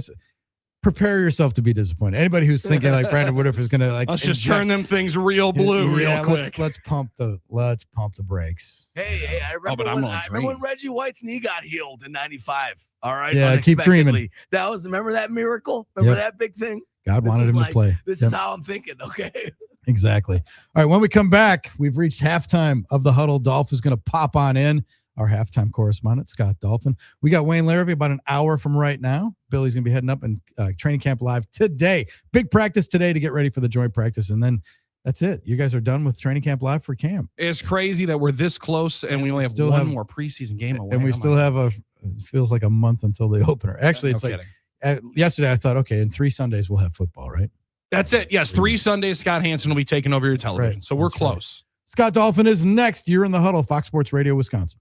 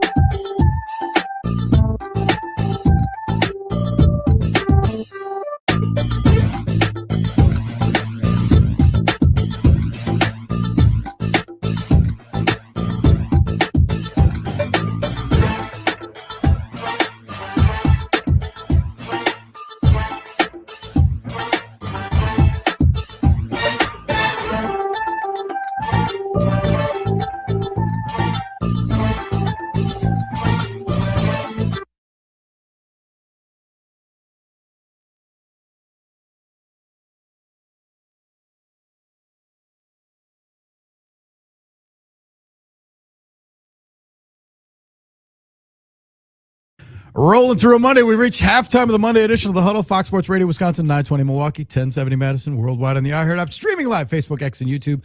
And streamers now get to see our halftime correspondent, Scott Dolphin, from the country station down the hall, FM 106. Hello, Dolph. Happy Monday, if there is such a thing. Yeah. I did notice more action on the freeway this morning. I don't know if it's that people are getting back to school now or what, but There's a lot of schools. I'm seeing a lot of first day of school photos in my feed. Yeah. Now, I know a lot of the public systems in Wisconsin don't go back till September 1. Yep. But a lot of school districts are back this week. Private schools and a lot of districts back. High school football's fired up now. Yeah, there's going to be like 3 or 4 games in before kids get into school. The after Labor Day crowd has had to take a step back because it's the latest Labor Day we possibly could have. It is. It is crazy. They started high school football this past weekend, right? On the the 20-something of August. That would be generally around the start time. We'd always have like our first game probably last week of August. Is it a 9-game high school schedule? Or is it 10? That's a good question. I think it's 9. 9. So that makes sense because you get 2 in before September. Right. And you want to be, that means your championship games are going to be played the week before Thanksgiving? Is that what it normally is? The night before deer season starts. The night before deer season. The night before deer season. That's right. Like deer season starts Saturday at dawn. Our last game will be Friday night as the lights go down. But if you Friday at dusk, we'll be done. Like if you made varsity though, football, and you had to play 2 games before school started, don't you get robbed of 2 days of walking around school with your jersey on and feel cool? Yes, you do. That's different the game day. Yeah. Right? Wasn't that the biggest moment, right, Billy, when you finally got that varsity jersey to walk around school? Don't or make me did you do that. Or did you guys have to dress up in a tie? The most important, the exciting thing was actually playing in games. Yeah. That was. Yeah, but you're talking to a guy that if I made a team, I'm not playing. So I'm not used to playing. So my thought is I'm part of the team, and people now I can prove it. Yeah. And it was not just a rumor that I might be in a part of the team. Armen's talking about those pep rallies you had on game days in the gym, maybe. Do they still do that? I would think. Maybe one, maybe for homecoming. Okay. Yeah, maybe for homecoming. They'll rip one of those out. Or going to state. Yeah, but I mean, the kids also aren't wearing their Letterman sweaters all throughout the week like Armen would have in the same vein of all the little bells jingling around. Sweater. To bed, I'm wearing that. Okay, I'm just saying, like it's a big deal. Like you finally, you grow up and you're like, I want to play for my high school team, and you make that team. Someone was selling on Facebook Marketplace. They were selling like a vintage Marquette High Letterman's jacket that had the M on it. How much? And it said the letter though said manager on the letter. Oh, that's perfect. And I'm like, that's Armen. That's perfect for him. It's like, why? I want to thank Greenfield High School for not putting that on my letter. Okay, that would have killed it. All right, that would have killed it. They did have the academic though. The academic. Oh, the academic was a badge of honor though. That's a good thing to have. That was something to be I proud never of. had that. Remember, all the wrestling guys always had their medals all over too. Oh gosh, yeah. Clanging down. I was gonna say it was that in like field, right? Not even necessarily track, but if you were throwing, you were doing 3 different events. You had that thing layered out. I had medals on my Letterman's jacket. We got them for like winning district championships or going to the state tournament and whatever sport you're in. You get those little medals. Yeah, so you'd sew them on your major letter. Sure. And then on the back, we had our patches for our conference championship. I still have my jacket. Well, not everyone won championships that much. Well, Dolph could go. Not everybody was as good as Dolph was in high school. Sorry. We were pretty damn good. All my state championships were on my front. And the wrestlers had pins. I remember that. The wrestlers had it for every time they got a pin. Oh, yeah. Yeah. Yeah. All right, so Dolph, one of the things I love to do is I just, consider my opinions and call myself out on my own hypocrisy. ESPN's coverage of the Little League World Series, I've been very critical of it because it's cheap programming and they exploit the kids on the road to Williamsport. When you get to Williamsport, and last night was really cool the way they melded the Little League World Series, they paid it off and had the Brewers in it. Now, granted, I probably wouldn't have watched a lot if it had been, Nationals Royals. Yeah. But I was dialed in because it was Brewers Braves and we had Brewers Braves here leading into it. And then my hypocrisy comes from the fact that I think they exploit those kids and I don't like that they show every, step of the way. But that aside, another thing that I'm a hypocrite about is I've always said that the dumbest thing in youth sports is the fake patty cake handshake. But I liked it when the big league guys did it last night. It worked out. Good game. It's such a trite, stupid thing for the youth sports.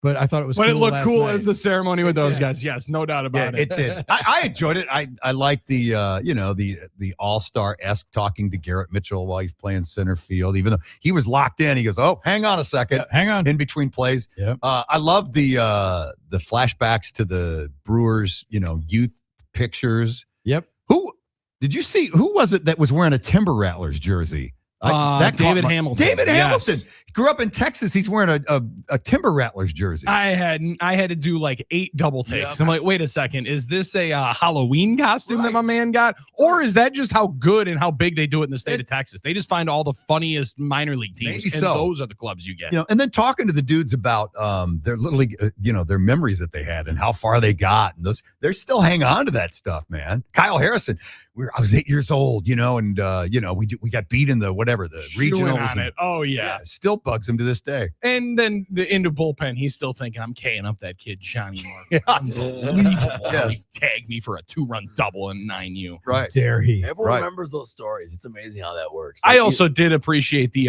home runs. It's like, I was 8 years old. I was 9 years old. Sal's like, I think I was a junior in high school. Yeah. Yeah, it was a pretty little fun. guy. He was a little guy, yeah. Although in Little League, you count everything as a home run, right? Even if it goes through the shortstop's leg and gets past the center fielder, you're going to count that as a home run. Sure. Yeah, 100%. That's why you have to specify the over-the-fence home run, Garrett. Right. We know how speedy you were. You were probably in T-ball getting 4 baggers. Let's figure out how we delineate these. And when we started in Little League, I don't know about you guys, not every place had fences. I mean, we played in a lot of places that didn't have fences. It was eventually Conkle Park opened. Yeah, I had fences, but no one was touching that. We didn't have fences either, Armen, when I played Little League. So that's what I'm saying. It's like you're not going to get an over-the-fence home run. That would be the scary part, though, when you're playing softball, especially when you were the fat and they put you out in the outfield because they're like, well, this kid's not going to be agile enough to be able to get anything on the inside. that son of a gun with no fence, and you're walking out to that beer league softball field, like, it's going to be a long day and a lot of cardio because I know exactly where they're picking this spot. I know exactly who they're targeting and trying to line up in that right-handed batter's box. That's funny.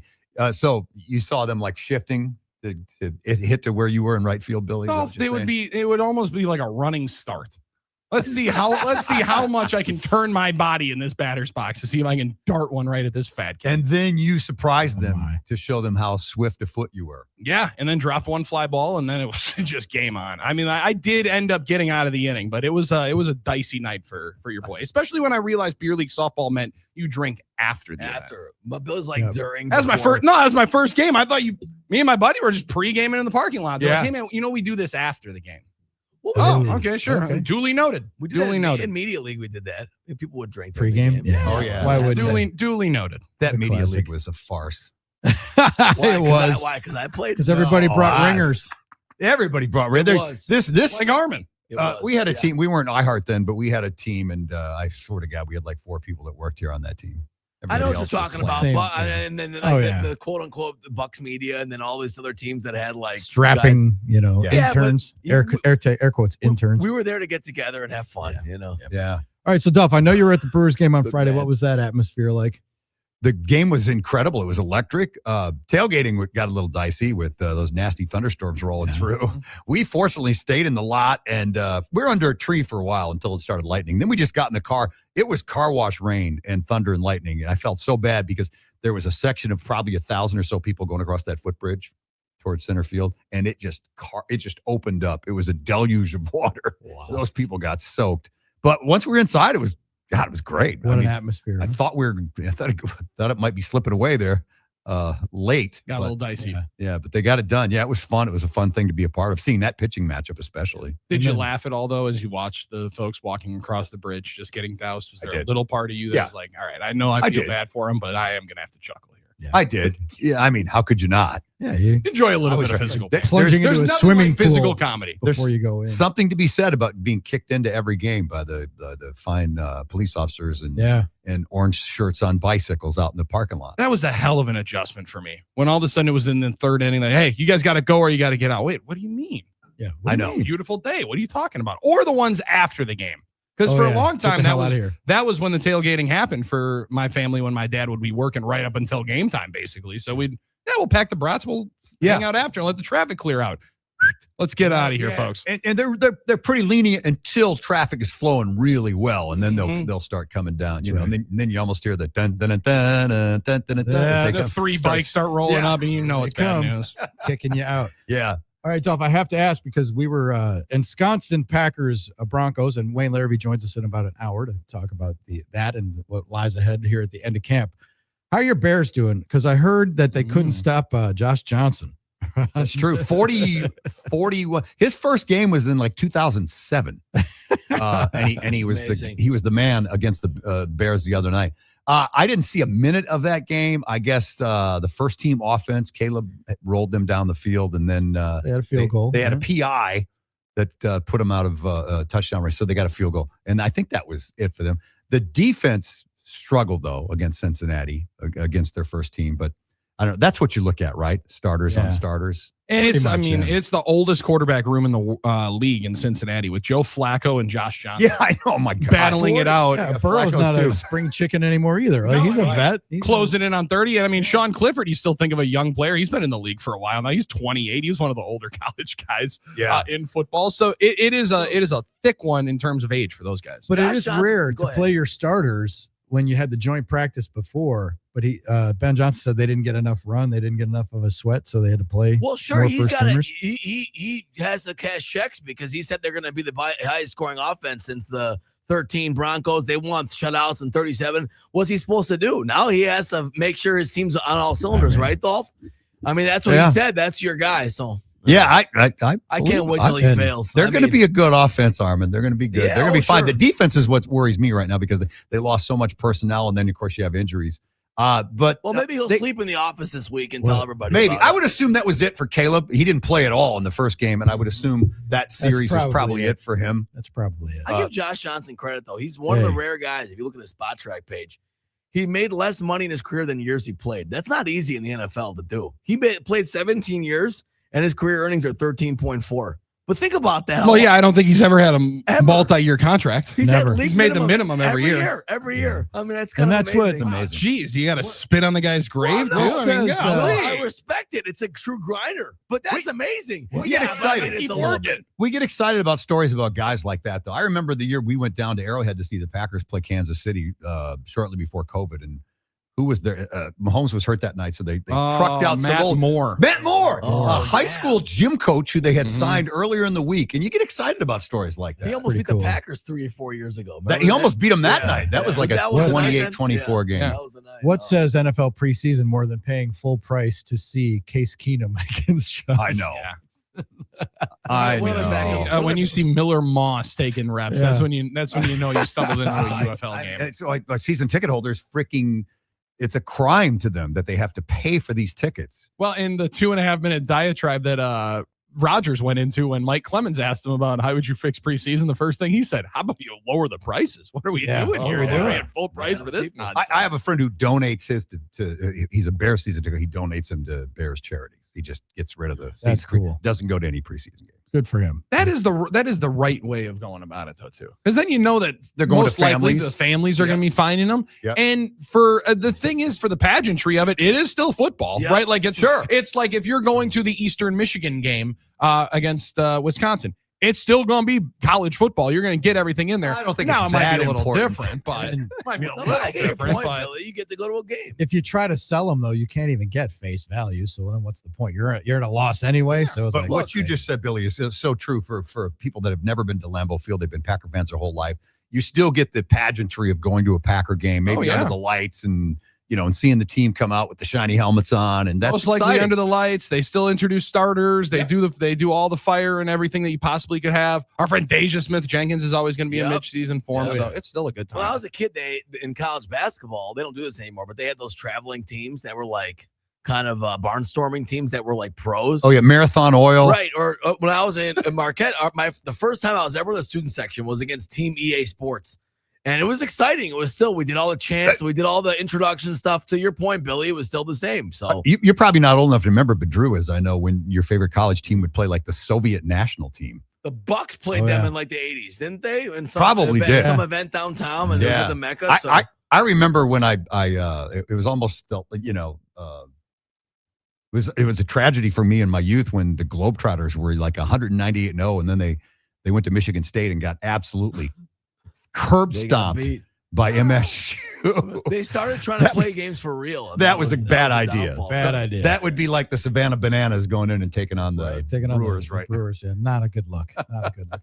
Dolph, thank you for dropping in. Appreciate it as always. When we come back, I have a little who's hot, who's not, brought to us by Donovan Jorgensen Heating and Cooling.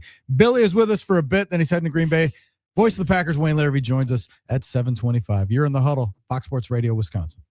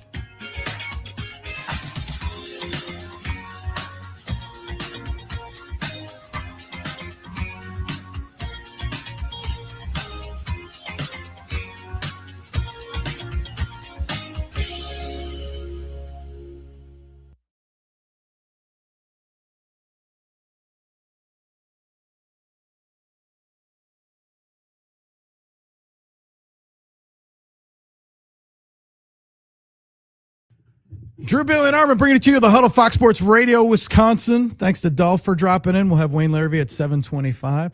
Right now, however, time for a little Who's Hot, Who's Not, brought to us by Donovan Jorgensen, your heating and cooling experts, employee-owned for 40 years, donovanjorgensen.com. Billy, who you got for Who's Hot, Who's Not? One in the not category will be Deshaun Watson, as he suited up and played for the Cleveland Browns this weekend in a 31-7 victory for the Buffalo Bills in Cleveland.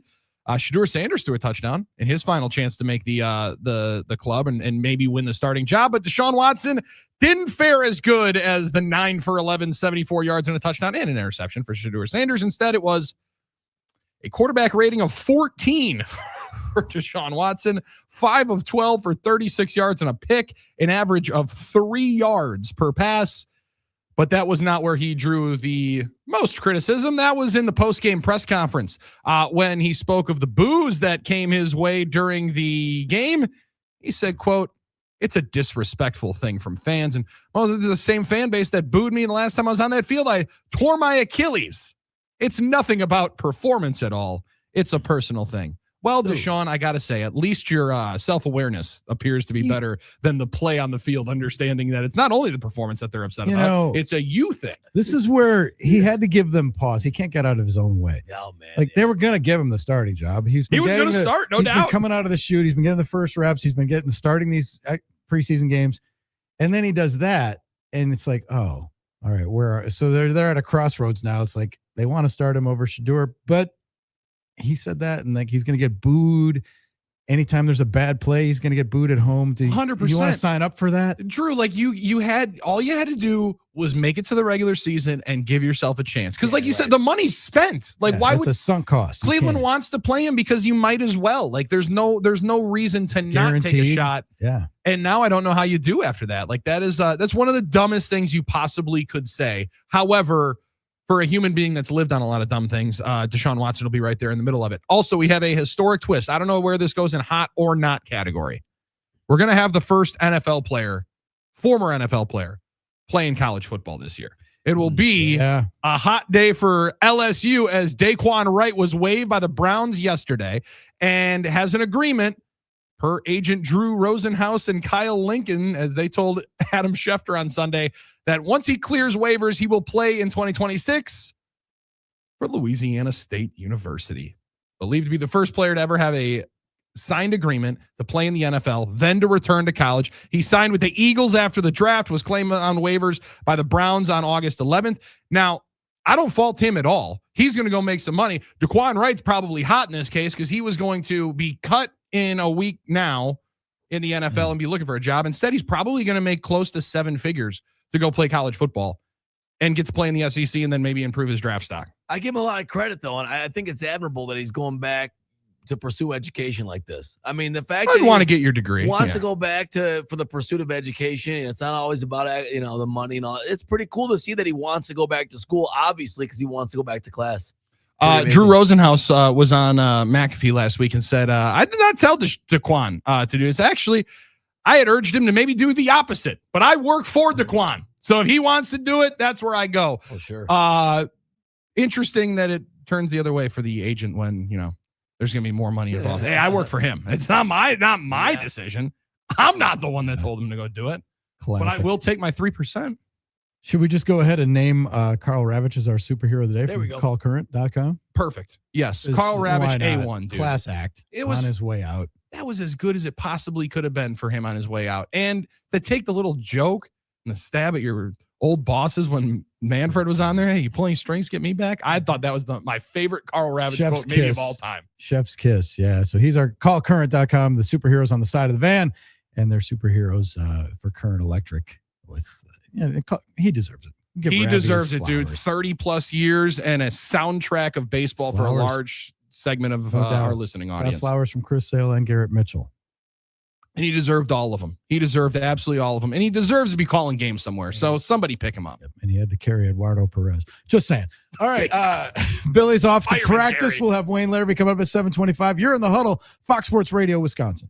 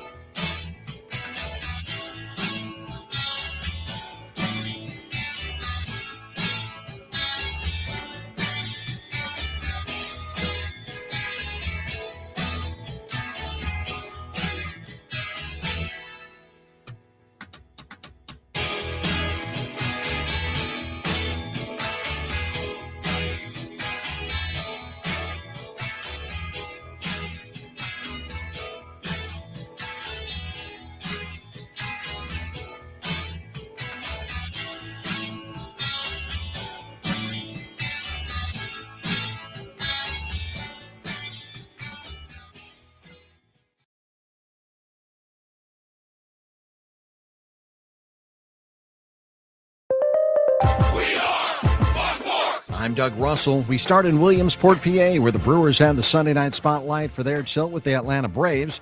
Milwaukee had their chances. A fair ball. That's going to play to run. And we're going to have ourselves a 3-2 game. And this may be a triple for Lara. He is putting on the Jets and into third, standing up. Carl Ravitch on the call on ESPN. The Brewers lose to the Braves 4-2.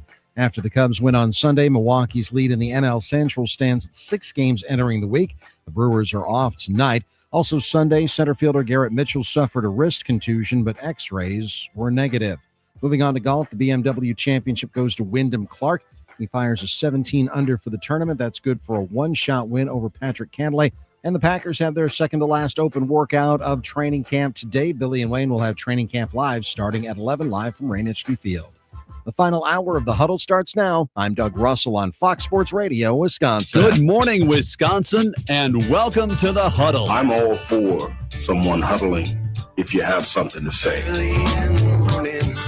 It's time to wake up and talk about the teams you love. Everybody wake up! Everybody wake up! With the guys you love. It's just about getting the group together. I need you, you need me today. Let's keep touching each other. Let's make sure we feel each other. Let's make sure we smell each other's breath. Watch us on YouTube, Facebook, and X. You need 15 or 20 huddles to correlate with the number of cameras. Take the cameras off the field, then there'll be no huddles. Now gather around because it's time to huddle up. West left slot, 323 wide stick on one. Ready, Biller, for blitz. If it looks like man coverage, I'll check. I'll go 200 get. You got to cut and crack. Now cut and crack. Red, right, 18, Bob on one. Ready, cut him and crack. If you look at this play, what we're trying to get is a seal here and a seal here and try to run this play in the alley. We got exactly what we got to do. All right? That's all we're going to boil down to. Let's go out and kick the tape. All right? 1, 2, 3. Keep doing what you're doing. Get our guys after you and make the play. Be right, all the way outside. Wide, left, fake, 396 bag, D-hand, C-puck. Is that long enough for you? I want you to be proud of your profession. It's a great profession. Go out there and play this ball game like I know you can play it. With Drew Olson, Mythical, legendary figure. Bill Schmid, Oh, my God. This man's been out all night. and Armen Sarian. Zip. Don't get scared now. Sid says we ready? Fox Sports Radio Wisconsin is on the air. Rolling through a Monday in the good land. It's the Huddle, Fox Sports Radio, Wisconsin. Drew Olson, Armen Sarian. Billy's headed for Green Bay. Wayne Larrivee is going to join us in about 25 minutes, give or take. We want your input. 877-794-1973. This being Monday, let's entertain some game balls and kicks to the balls, shall we? Let's get it. Drew. Let's do it. You know All the right. drill. It's the post game. Everybody's celebrating. You're standing in the middle of the room and you get to bestow a game ball for a job well done today. On the Huddle, this is a game ball. Y'all want your Gatorades or what? It wasn't great audio, but it was Trevor McGill. Y'all want any Gatorades or what? For buying Gatorades for a bunch of kids. It was just perfect for that old game ball. Gets a free Gatorade after the game. I know the audio is not great, but I couldn't resist. That's okay. You couldn't resist. That's funny. Conversely, kick to the Huevos for somebody who needs to refocus and needs to do better at their job. Today on the program, this is a kick to the balls. It's Vaughn in the back. It's Vaughn in the back. It actually was the head. Okay. I appreciate it. At the time, you couldn't tell, but yeah, when you get plonked in the head, although it turned out to be a heads-up play for the Brewers, it worked out. But there you go. You get hit literally in the, well, not in the huevos, but in the head. Helmet. Yeah. Helmet shot. So 877-794-1973 game balls and kicks. I'll get it started. First game ball. He had there was just so much hand wringing earlier this summer. But Trace Mack. Y'all want your Gatorades or what? Y'all want a Gatorade or what? Just answering the call. I knew he'd have a long kick. They would give him a chance for a long kick. He nailed another one. And one of the things, he's been perfect in the 2 preseason games. He's one of those guys, maybe not a practice guy, right? Yes. In college basketball, not an afternoon guy. He's a nighttime guy, primetime player. Love that. But Trace Mack, what I like about him is these kicks that he's making. Not only are they like center cut, dead down the middle, splitting the uprights, if you will. He hasn't missed an extra point. No, and those are as important as the long field goals. Long field goals are nice and all, and they're 3 points, but you got to make the extra points. That was really Anders Carlson's problem more than the field goals. If you go back and look at Anders Carlson's field goal percentage, it's not terrible, but it was those extra points he was consistently missing or unreliable on that were a problem, because you got to make those at a 90+ high percent rate, or else it's just not worth having you around. But yeah, Trey Smack, absolutely, Billy. Butch. Sorry. Kicking the balls for me. Drew. Yeah. 51, Billy, 59, 43, and 38. Yeah, I know. But he's done everything he needs to do once the lights turn bright to make us feel better about it, and he's crushing them. In a league now, Drew, where you have to do it. Did you see last night a 69-yarder, or this weekend, it was like a 69-yarder. Guys are hitting ridiculous length field goals now, and that's just the way it is. I saw some guys saying they should ban it. Like, here we go again, trying to make another rule to ban the game, but like the way we want it. But they shouldn't. Like, do you want field goals this long? Is this the way the world should? I don't know. But the reality is the league's getting better. Everyone's looking for a big leg, and everyone's looking for a guy that can be a weapon from 50 plus, 60 plus, and looking good for the Packers early with Trey Smack because he's doing the opposite of what Brett Conway did in 97. Drew, there's a throwback reference for you. Packers draft back Brett Conway. He struggled all through preseason, and his understudy shined. Named by a man by the name of Ryan Longwell, and the rest is history. So here you go. Yep. 877-794-1973. Give us your game balls and kicks. Bykowski, Alex Bykowski here on YouTube. My game ball goes to Hamilton for the space blast off double play turn. Y'all want your Gatorades or what? That was a great one. Oh man, yeah, that was made top 10. I think it was 7. Yeah, that was a play. Yeah, that the 5-3 double play at second base. That shows you how athletic he is, and that's what the Brewers like about him. That play. Brewers have played good defense in general this year. I know maybe it's one of those things everyone, of course, Armen, obviously, but I don't think it goes underrated the way they found wins without hitting a lot of, home runs and things like that. And that's one way. Like great defense this year. From the talk and text line, Phil in Greenfield, game ball to Sal Bando Jr. Y'all want your Gatorades or what? He's the new head coach at Ripon College. All right, Sal. Baseball program there. And a kick to the Huevos from Phil in Greenfield. It's gone in the back. To the WIAA for getting Sal Bando removed from his job at Marquette High. I don't know the backstory there. Do you, Drew? I don't remember. Yeah, it was because he had an affiliation with one of those academies that players were using, and they thought it was improper contacts and like coaching out of season and stuff. I think that was the deal. I see. So one of those. So he ended up resigning. Someone dropped a dime. I don't know. Probably somebody whose kid wasn't playing as much as they wanted to. It was, one of those situations. Muddy situation, also murky situation at West Dallas Hale with their football program. Absolutely. They got stomped in their opener. By Kakana, I think. Yeah, awkward situation. 7 coaches resigned, right? Yeah, and that was all because some internal junk. Nothing like criminal at all. Nothing criminal, which was kind of what we didn't know initially. I know Billy and I were kind of talking about it off the air, but that's right. Didn't know at first, and then that came out. So Tim on the talking text line, kick to the balls to Mondays. And it's gone in the back. Yeah, only Mike Heller loves Mondays. Everybody else dreads it and just kind of grits through it. Right. He said game ball to us. Y'all want your Gatorades or what? For making the start of Mondays go quickly. We like that. Appreciate that. Both of them both ways. I know we just touched on it, but I did want to. Well, I was planning on giving the kick to the Huevos for Deshaun Watson on his comment. Oh yeah. It's gone in the back.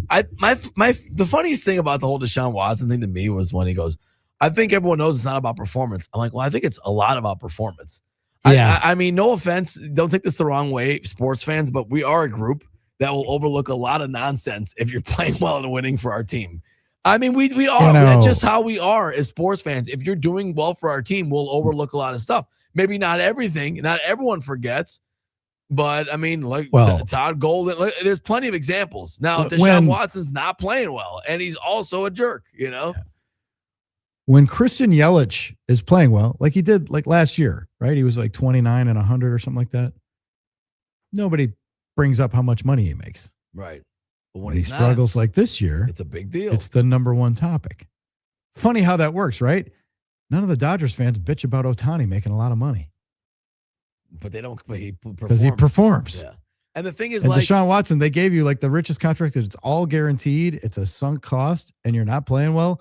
And you got hurt 2 years ago, and they booed you then. So, and it's just he's I think it's personal at that point. You think?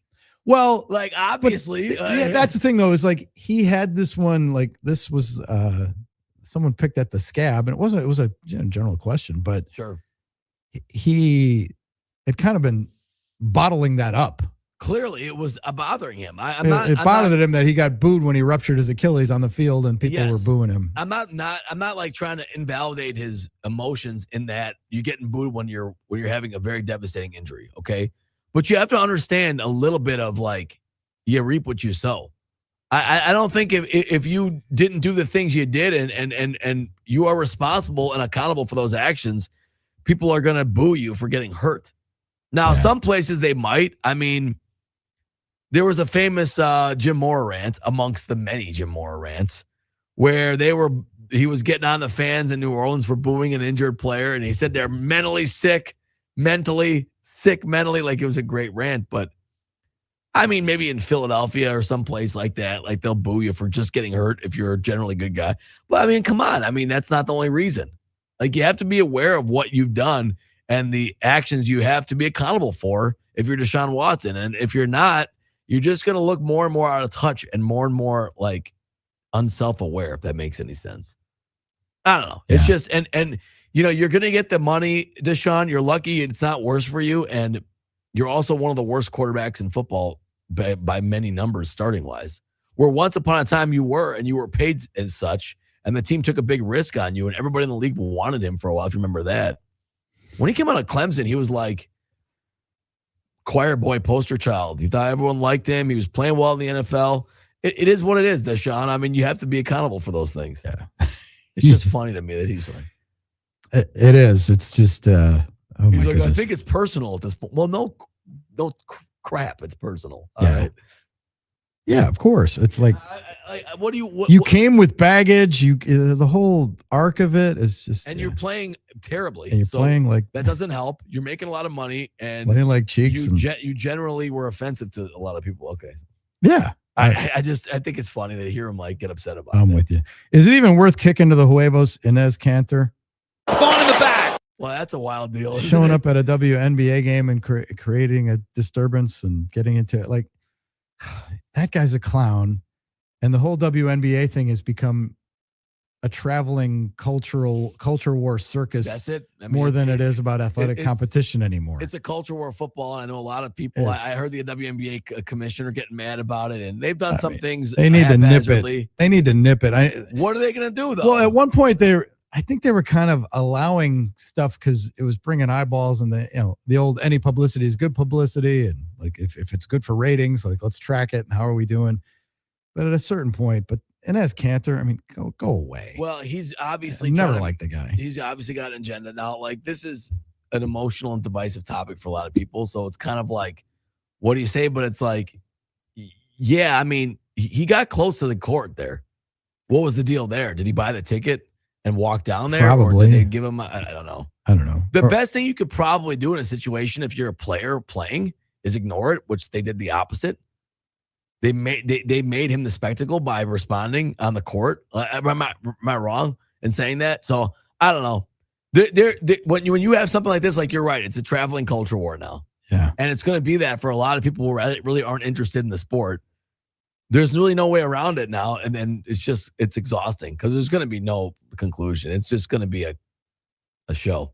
I don't know what else to say about it. You're not winning hearts and minds. It's obviously it's obviously something where it's an emotional and divisive topic for a lot of people, and that's going to be that. But it's not like anyone's trying to come to some sort of earnest conclusion by having earnest dialogue and stuff. You know what I mean? Everyone's just trying to create their own position on the agenda and make a stamp name for themselves. I don't know. That's what it seems like to me. So a lot of it, it's like I just shake my head and walk away. Cantor had, I mean, his arc when he was against Erdogan, Turkey. I love that stance. Obviously, yeah, he got his Turkish passport revoked, and they were, he was. His father faced ramifications. His father's a professor in Turkey, faced ramifications. Right. But that was like more noble, and this is clout chasing and stupidity. Yeah, it seems like he's got obviously he has his agenda, and he's got a career and all these things. He's a U.S. citizen now, but it does like he's using his. You got First Amendment right to do what you want to do, but you're also selling tickets to the clown show. And for some people, Drew, they pretend he's their hero today. I don't know what else to say about it other than there's a lot of people that feel emotional about this topic. I understand your point totally, but I don't know. I just it is interesting how this thing has enveloped the WNBA. Yeah. For a while, it was just the Caitlin Clark debate, and for a while, it just there are no trans players in the NBA. In the WNBA, it's like we're inventing a controversy, right? Well, that's what some people I saw people saying that as well. I haven't really gotten way into this thing, but I guess I was curious how he got so close to the arena, to the floor. Yeah, that was a little surprising for me. Yeah. Like I didn't know. It was almost like he looked like he had a media pass or something. Because he was walking around like the court. Like he wasn't like in a seat. Or maybe he was and I didn't see how it went. I don't know. Yeah. I just, Meanwhile, speaking of basketball, game ball today to Reggie Miller. Y'all want your Gatorades or what? Wasn't popular in these parts when he played. More popular now that he's an announcer. For some, he's always been an announcer and they don't remember as a player, but that olive oil guy could really shoot it. He's 61 years old today.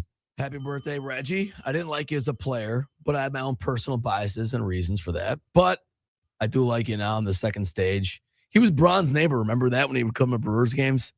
Yeah. And cheer for Braun because they were neighbors in Malibu. Wasn't there a deal there? Yeah, I think so. And that was kind of cool. And, looking back, I didn't like him because I thought he got away with some dirty stuff. But he was really like a Bucks villain because the Pacers would beat the Bucks in those early 2000s. But I do remember when he was wearing the Superman T-shirt at Grand Avenue. Remember that? And then he wore it pregame. Oh yeah, he bought it at Grand. Yeah, I remember that. That was kind of funny. You don't have like personality. Like looking back, you don't have kind of personality like that anymore.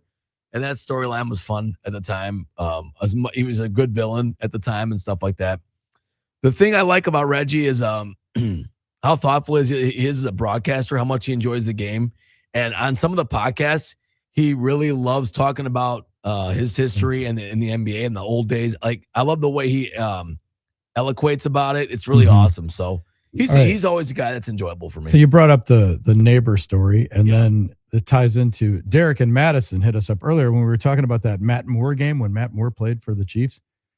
He said, I played golf against Matt Moore in a member guest golf tournament in Corvallis a couple of years ago. Nice guy. Around the campfire after the round, he mentioned that he bought Mark Paul Gosselar's, Zach Morris's house in California. What? And many interesting stories resulted. That's amazing.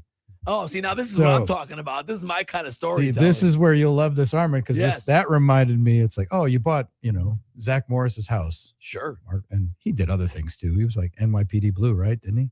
Oh, he's done a lot of stuff. Mark Paul Gosselaar's been a great actor that most people don't realize. Yeah. Well, I don't know about great. No, I think he's had a really good career, Drew. Well, I'm sure he has. It's not just like Zach Morris, child star, Saved by the Bell, one of Armen's favorite shows. But that reminded me, you talk about famous neighbor stories. Brewers had a pitcher, Glendon Rush, years ago. Absolutely. He was with the Mets and the Cubs. He was with the Brewers for a little bit. And he told us that his neighbor, who would come over and shoot hoops in the driveway and stuff, was Tony Danza. Oh like, how random is that? How amazing is that? Who's the boss? Tony Danza. Tony Danza coming on and shoot hoops? Yeah. Did he bring the van with that theme song coming? There's a time for love and a time for so take a chance. Oh, that is so cool. He had some stories about Tony Danza being his neighbor. I love when Drew, this whole thing. I love when art imitates life and life imitates art. Mm-hmm. Like I've always thought that's just something in my mind. I always thought that was a cool thing. So something like that is hilarious. Oh, I got to say this. All right, well, I still have a chance, and we're getting to Wayne next. I don't know if there's a kick in the balls or a game ball for me, okay? Okay. But I realized something over the weekend when I saw Gary Sheffield interviewed on the field about the Little League World Series, and he was at the Little League event and the Little League thing, and he played in the Little League World Series, and he's another guy I've enjoyed in his retirement, eloquent about the game, thoughtful. He's got a cool vibe about him. Obviously had a great career. And I realized, Drew, I've held on to my hate for way too long for Gary Sheffield, where I'm all about personal growth. I'm all about trying to, forgiveness is powerful. I think it's once and for all time for me to release myself of this kind of pain I've had for Gary Sheffield. I mean, yes, early in his Brewers career, it ended ugly and he left on those circumstances and he threw errors on purpose and stuff. He was a young guy. I was only 8 years old. I really held a hatred in my heart for Gary Sheffield for so long because we used to boo him as kids. I hereby am saying, Drew, I'm gonna move past that, get over it. I'm gonna release myself from the burden of my distaste for Gary Sheffield. I'm forgiving you, Gary Sheffield. This is a big moment for me. I think it's finally time for me to let go of that. We've moved on enough. Gary Sheffield, I forgive you for your Brewers transgressions early in your career. I wish your great career was with the Brewers. It wasn't meant to be. You went somewhere else and had a great career. You went to San Diego, then all these places. So that's it, Drew. I don't want to have any more pain in my heart for Gary Sheffield. I'm forgiving him. All right, there you go. I love it. That's very cathartic for you. This is a cathartic declaration. That's amazing. And I gotta tell you something. It feels good. So forgive something today, everybody. It feels good to do that. Today, I'm forgiving Gary Sheffield officially. Are you writing that down for the re-up? Like, wow, Drew's taking a note here. Amazing. I'm writing a note. Like, Armen has officially, this is the day. August 24th, 2026 at 7:19 a.m. Gary, it's okay. Armen's sorry and says it's okay to Gary Sheffield. And for any of you, one day Giannis is going to be back. For any of you still holding that in your heart, I want you to remember this. Be back for We did what? it for Brett. It's going to be back for something. Either he plays or what, a ceremony? Well, he'll be absolutely for a ceremony, a reunion of the championship team, something. Don't rob yourself of that great moment by keeping the pain in your heart, right? That's all I'm going to say. Epic. It's like Wayne, we have Wayne coming up next, right? We do indeed. They did that eventually for Jim Boughton at Yankee Stadium. They finally let him back one day. He was banned for years and years because of ball four. I know. That was unjust. And I agree, but his son wrote a letter and got him that ball rolling. And fantastic. Mickey never held it against him. Never right? did. Yeah. Nope. Fantastic. All right. Armen has forgiven Gary Sheffield. That's the breaking news. That's it today. That's over. We're going to talk to Wayne Larrivee, the voice of the Packers, friend of the program, is going to join us next. You're in the Huddle, Fox Sports Radio, Wisconsin.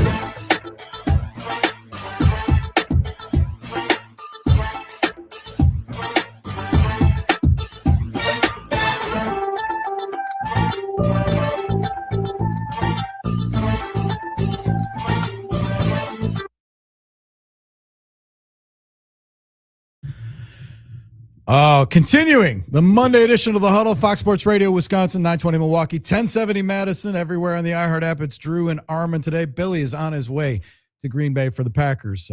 Big practice today, going to be a robust practice heading into the joint practice Wednesday against the Arizona Cardinals. And Billy will be joined on Training Camp Live by the great Wayne Larrivee, voice of the Packers, who joins us now. Good morning, Wayne. Good morning, guys. How you doing?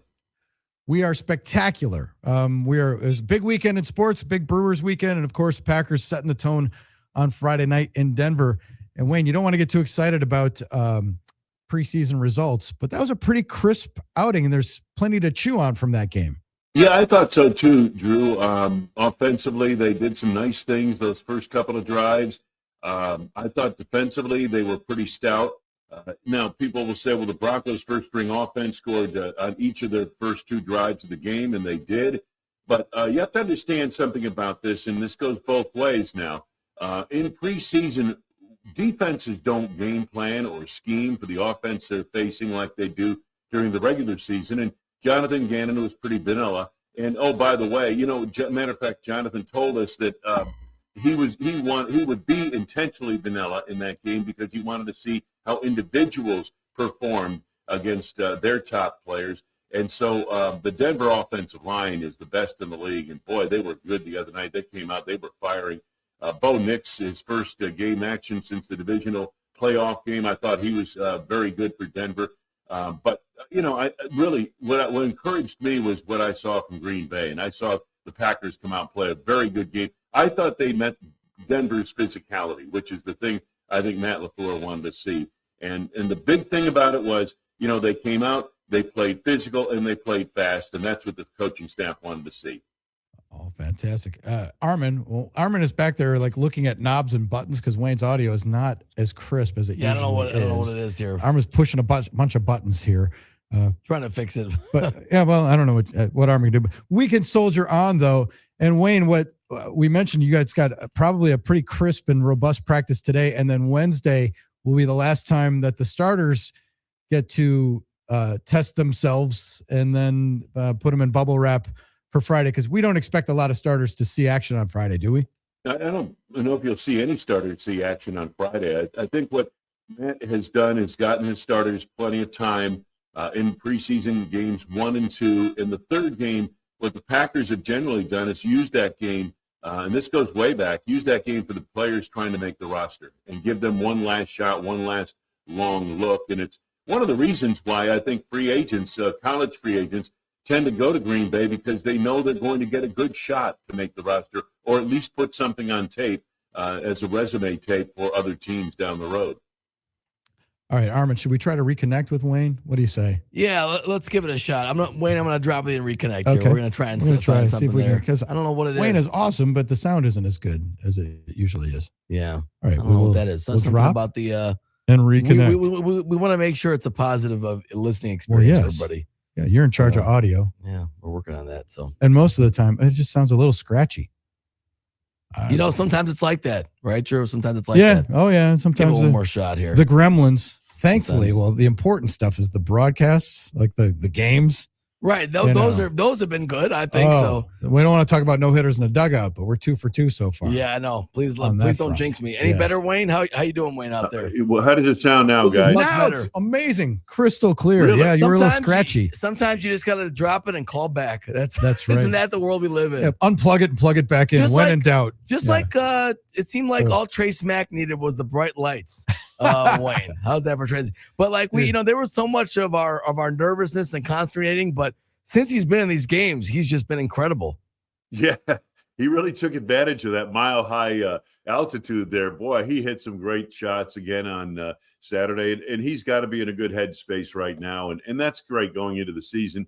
The thing that Brian Gutekunst mentioned when they drafted him, they said, his ball doesn't move. A lot of times kickers will curve a kick or it moves left and right and that kind of thing. This kid kicks it pretty straight, and that's the thing I've noticed as well. Whether he makes it or misses, the ball's going pretty straight. It's not moving up and down, back and forth, that kind of thing.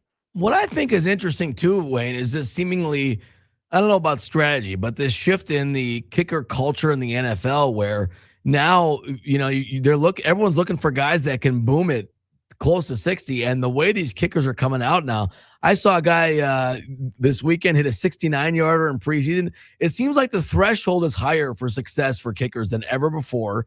And you have to have a guy that can potentially give you that type of, used to be a 50-yard plus was a novelty. Now it's like if you can't do it, that's the baseline for kickers. Yeah, and it's like people are expecting these days anything under 50 is an automatic.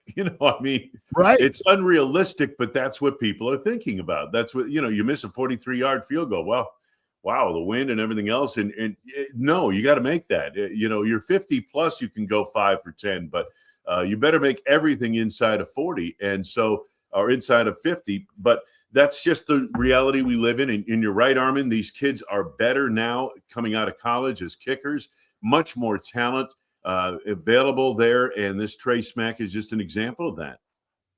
Wayne, it's funny because we named Trey Smack our player of the game, sponsored by Great Clips on the postgame show. And then Sean Payton came out and said, well, I guess that rookie kicker is the player of the game tonight. So we felt validated when Sean Payton said that. But when we look at this roster and the battles and the things we're going to be focusing on this week, and especially Friday night, Wayne, at Lambeau, I'm fascinated by Pierre Strong. That 68-yarder was like the turning point of that game, that return. It was great to see. And I'm thinking to myself, oh, he's really making a statement, but will they keep an extra running back? Do they have to because of Josh Jacobs?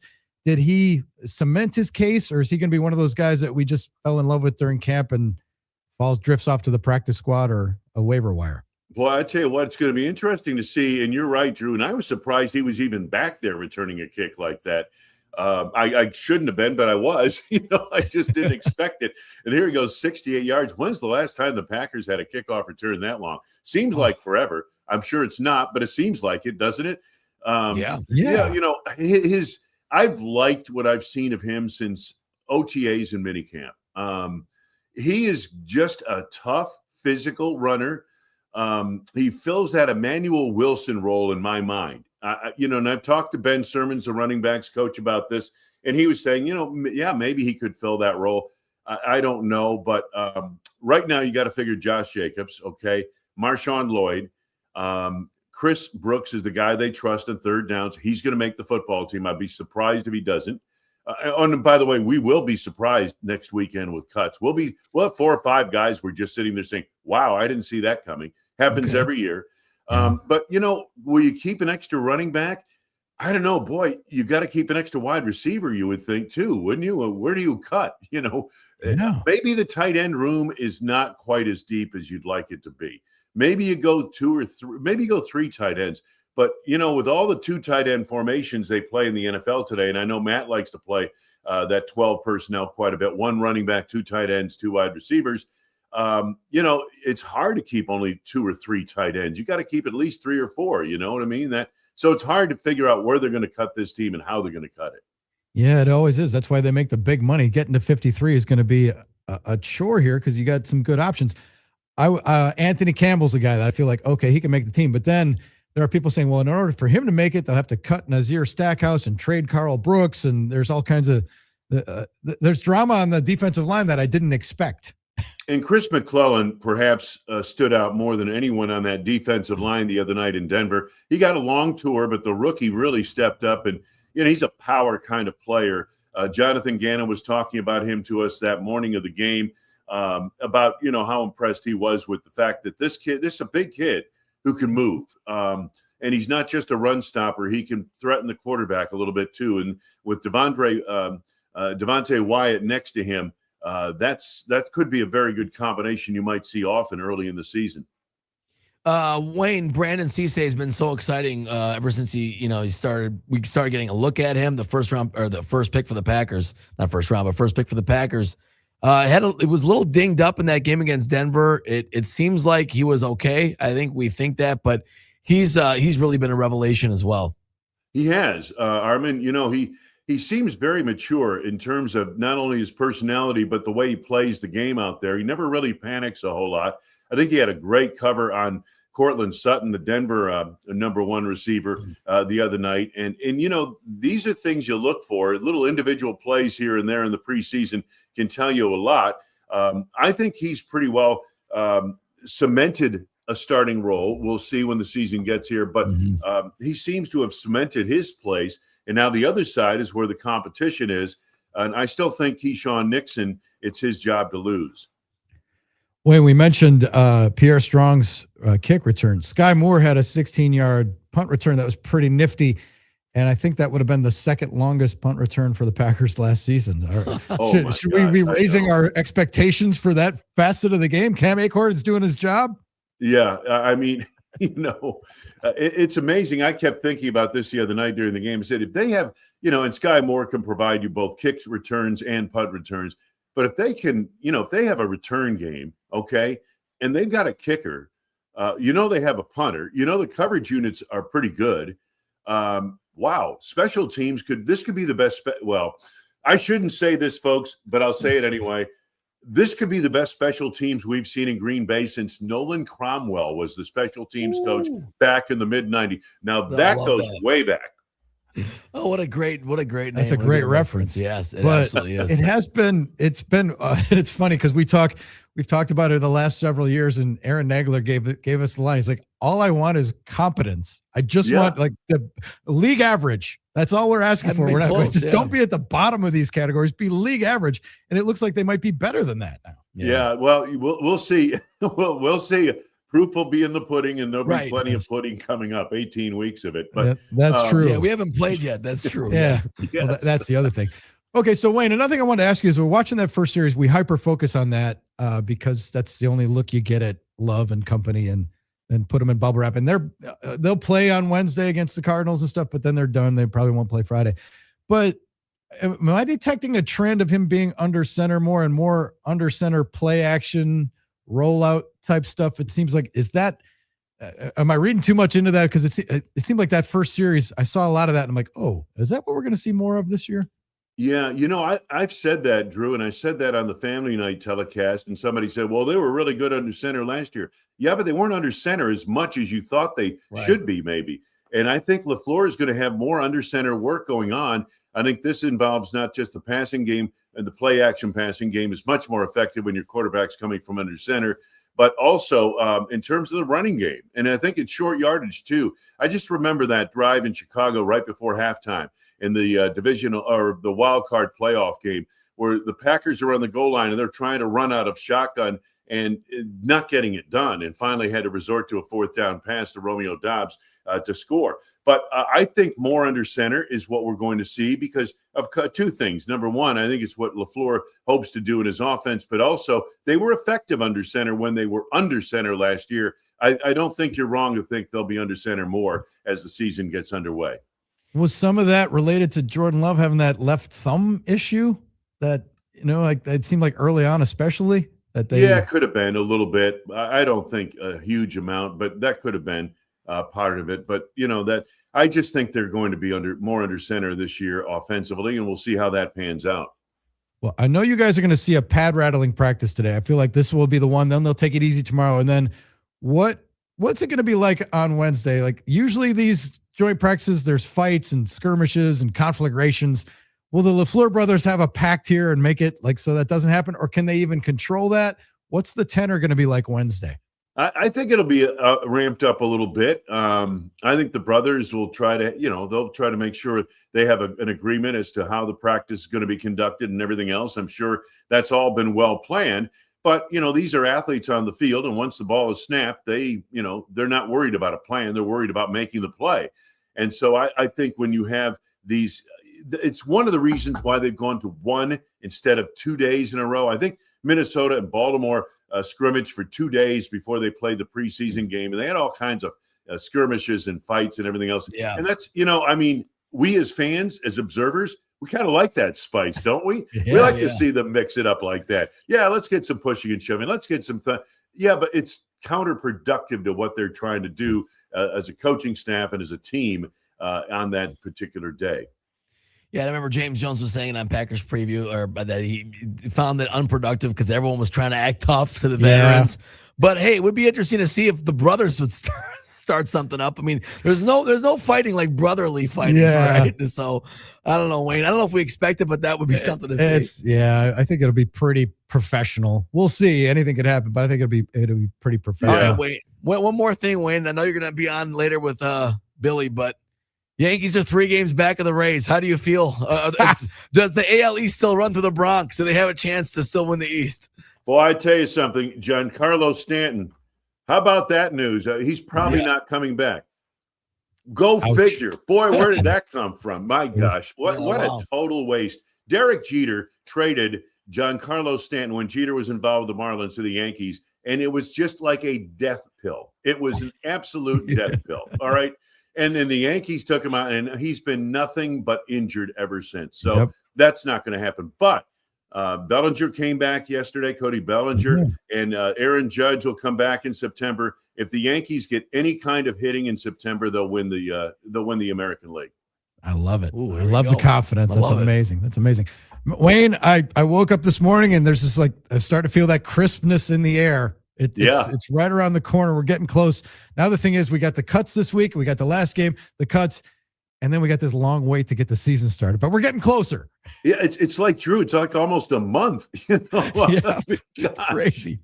Well, we're 3 weeks out. Oh my goodness. Exactly. All right, we'll find something to talk about. I guarantee you. I guarantee you. Thanks for joining us, Wayne. Appreciate it. Safe travels and have fun with Billy today. We'll be listening. All right, we'll talk to you on Friday, guys. All right, Wayne Larrivee, voice of the Packers, friend of the program. Good that we got the audio ironed out. It sounded immaculate. Good job, Armen. That was a relief. Gold star. I'll take credit even though I did nothing. Gold except star. Hang up and try again. When we come back, we'll close up shop. We got our Wake and Bake story brought to us by happyplacehemp.com. That's next. You're in the Huddle, Fox Sports Radio, Wisconsin.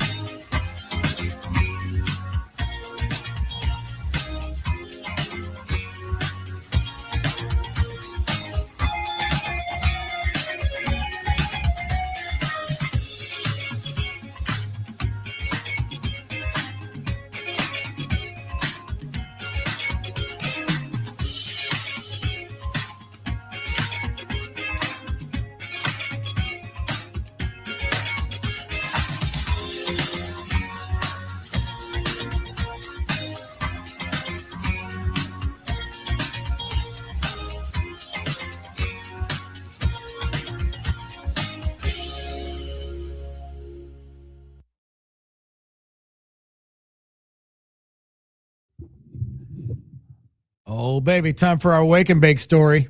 That's how we close up shop here. It's been a robust Monday edition of the Huddle on Fox Sports Radio Wisconsin. Drew and Armen bringing it to you. Billy on his way to Green Bay. We just spoke with Wayne Larrivee. A lot of folks thought when we were having audio issues, they're like, oh, that's it. Wayne is too good. He's AI. AI Wayne. He is Robot AI. Wayne. Yeah, Robot Wayne. No, it's the real deal. You could never replace Wayne Larrivee. You couldn't. But you can't replace Happy Place Hemp. Rob and Chris working out of Muskego make the best CBD products you'll find anywhere. You can get them at a discount. Go to happyplacehemp.com. Use the code HUDDLE. 25% off and free shipping. Let's go. Or skip the shipping altogether and go right to the store and use the code and use the HUDDLE code and get the discount and talk to the guys about their products, about sports. Just say hello. College Ave in Muskego, just off of College Ave, across from Maddie's. This Wake and Bake story, I had one holstered up and I called an audible because it was memory lane. It's not an anniversary or anything. Oh, okay. I was going to say, there's got to be something good. And Armen, this was before your time, but it happened during the summer of 1982 when we were all focused on the Brewers. Right.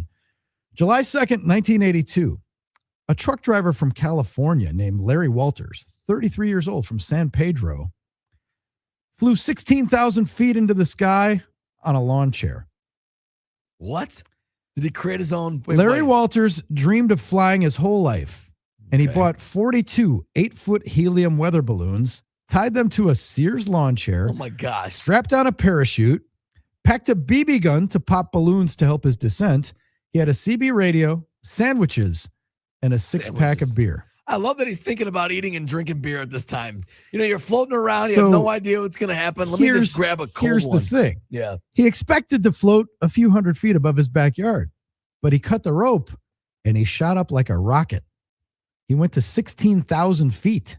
Oh, my gosh. That's like half the cruising. He drifted directly into the main approach path for LAX. And two pilots radioed the tower that they just passed a man in a lawn chair holding a gun, which he did. He had a BB gun.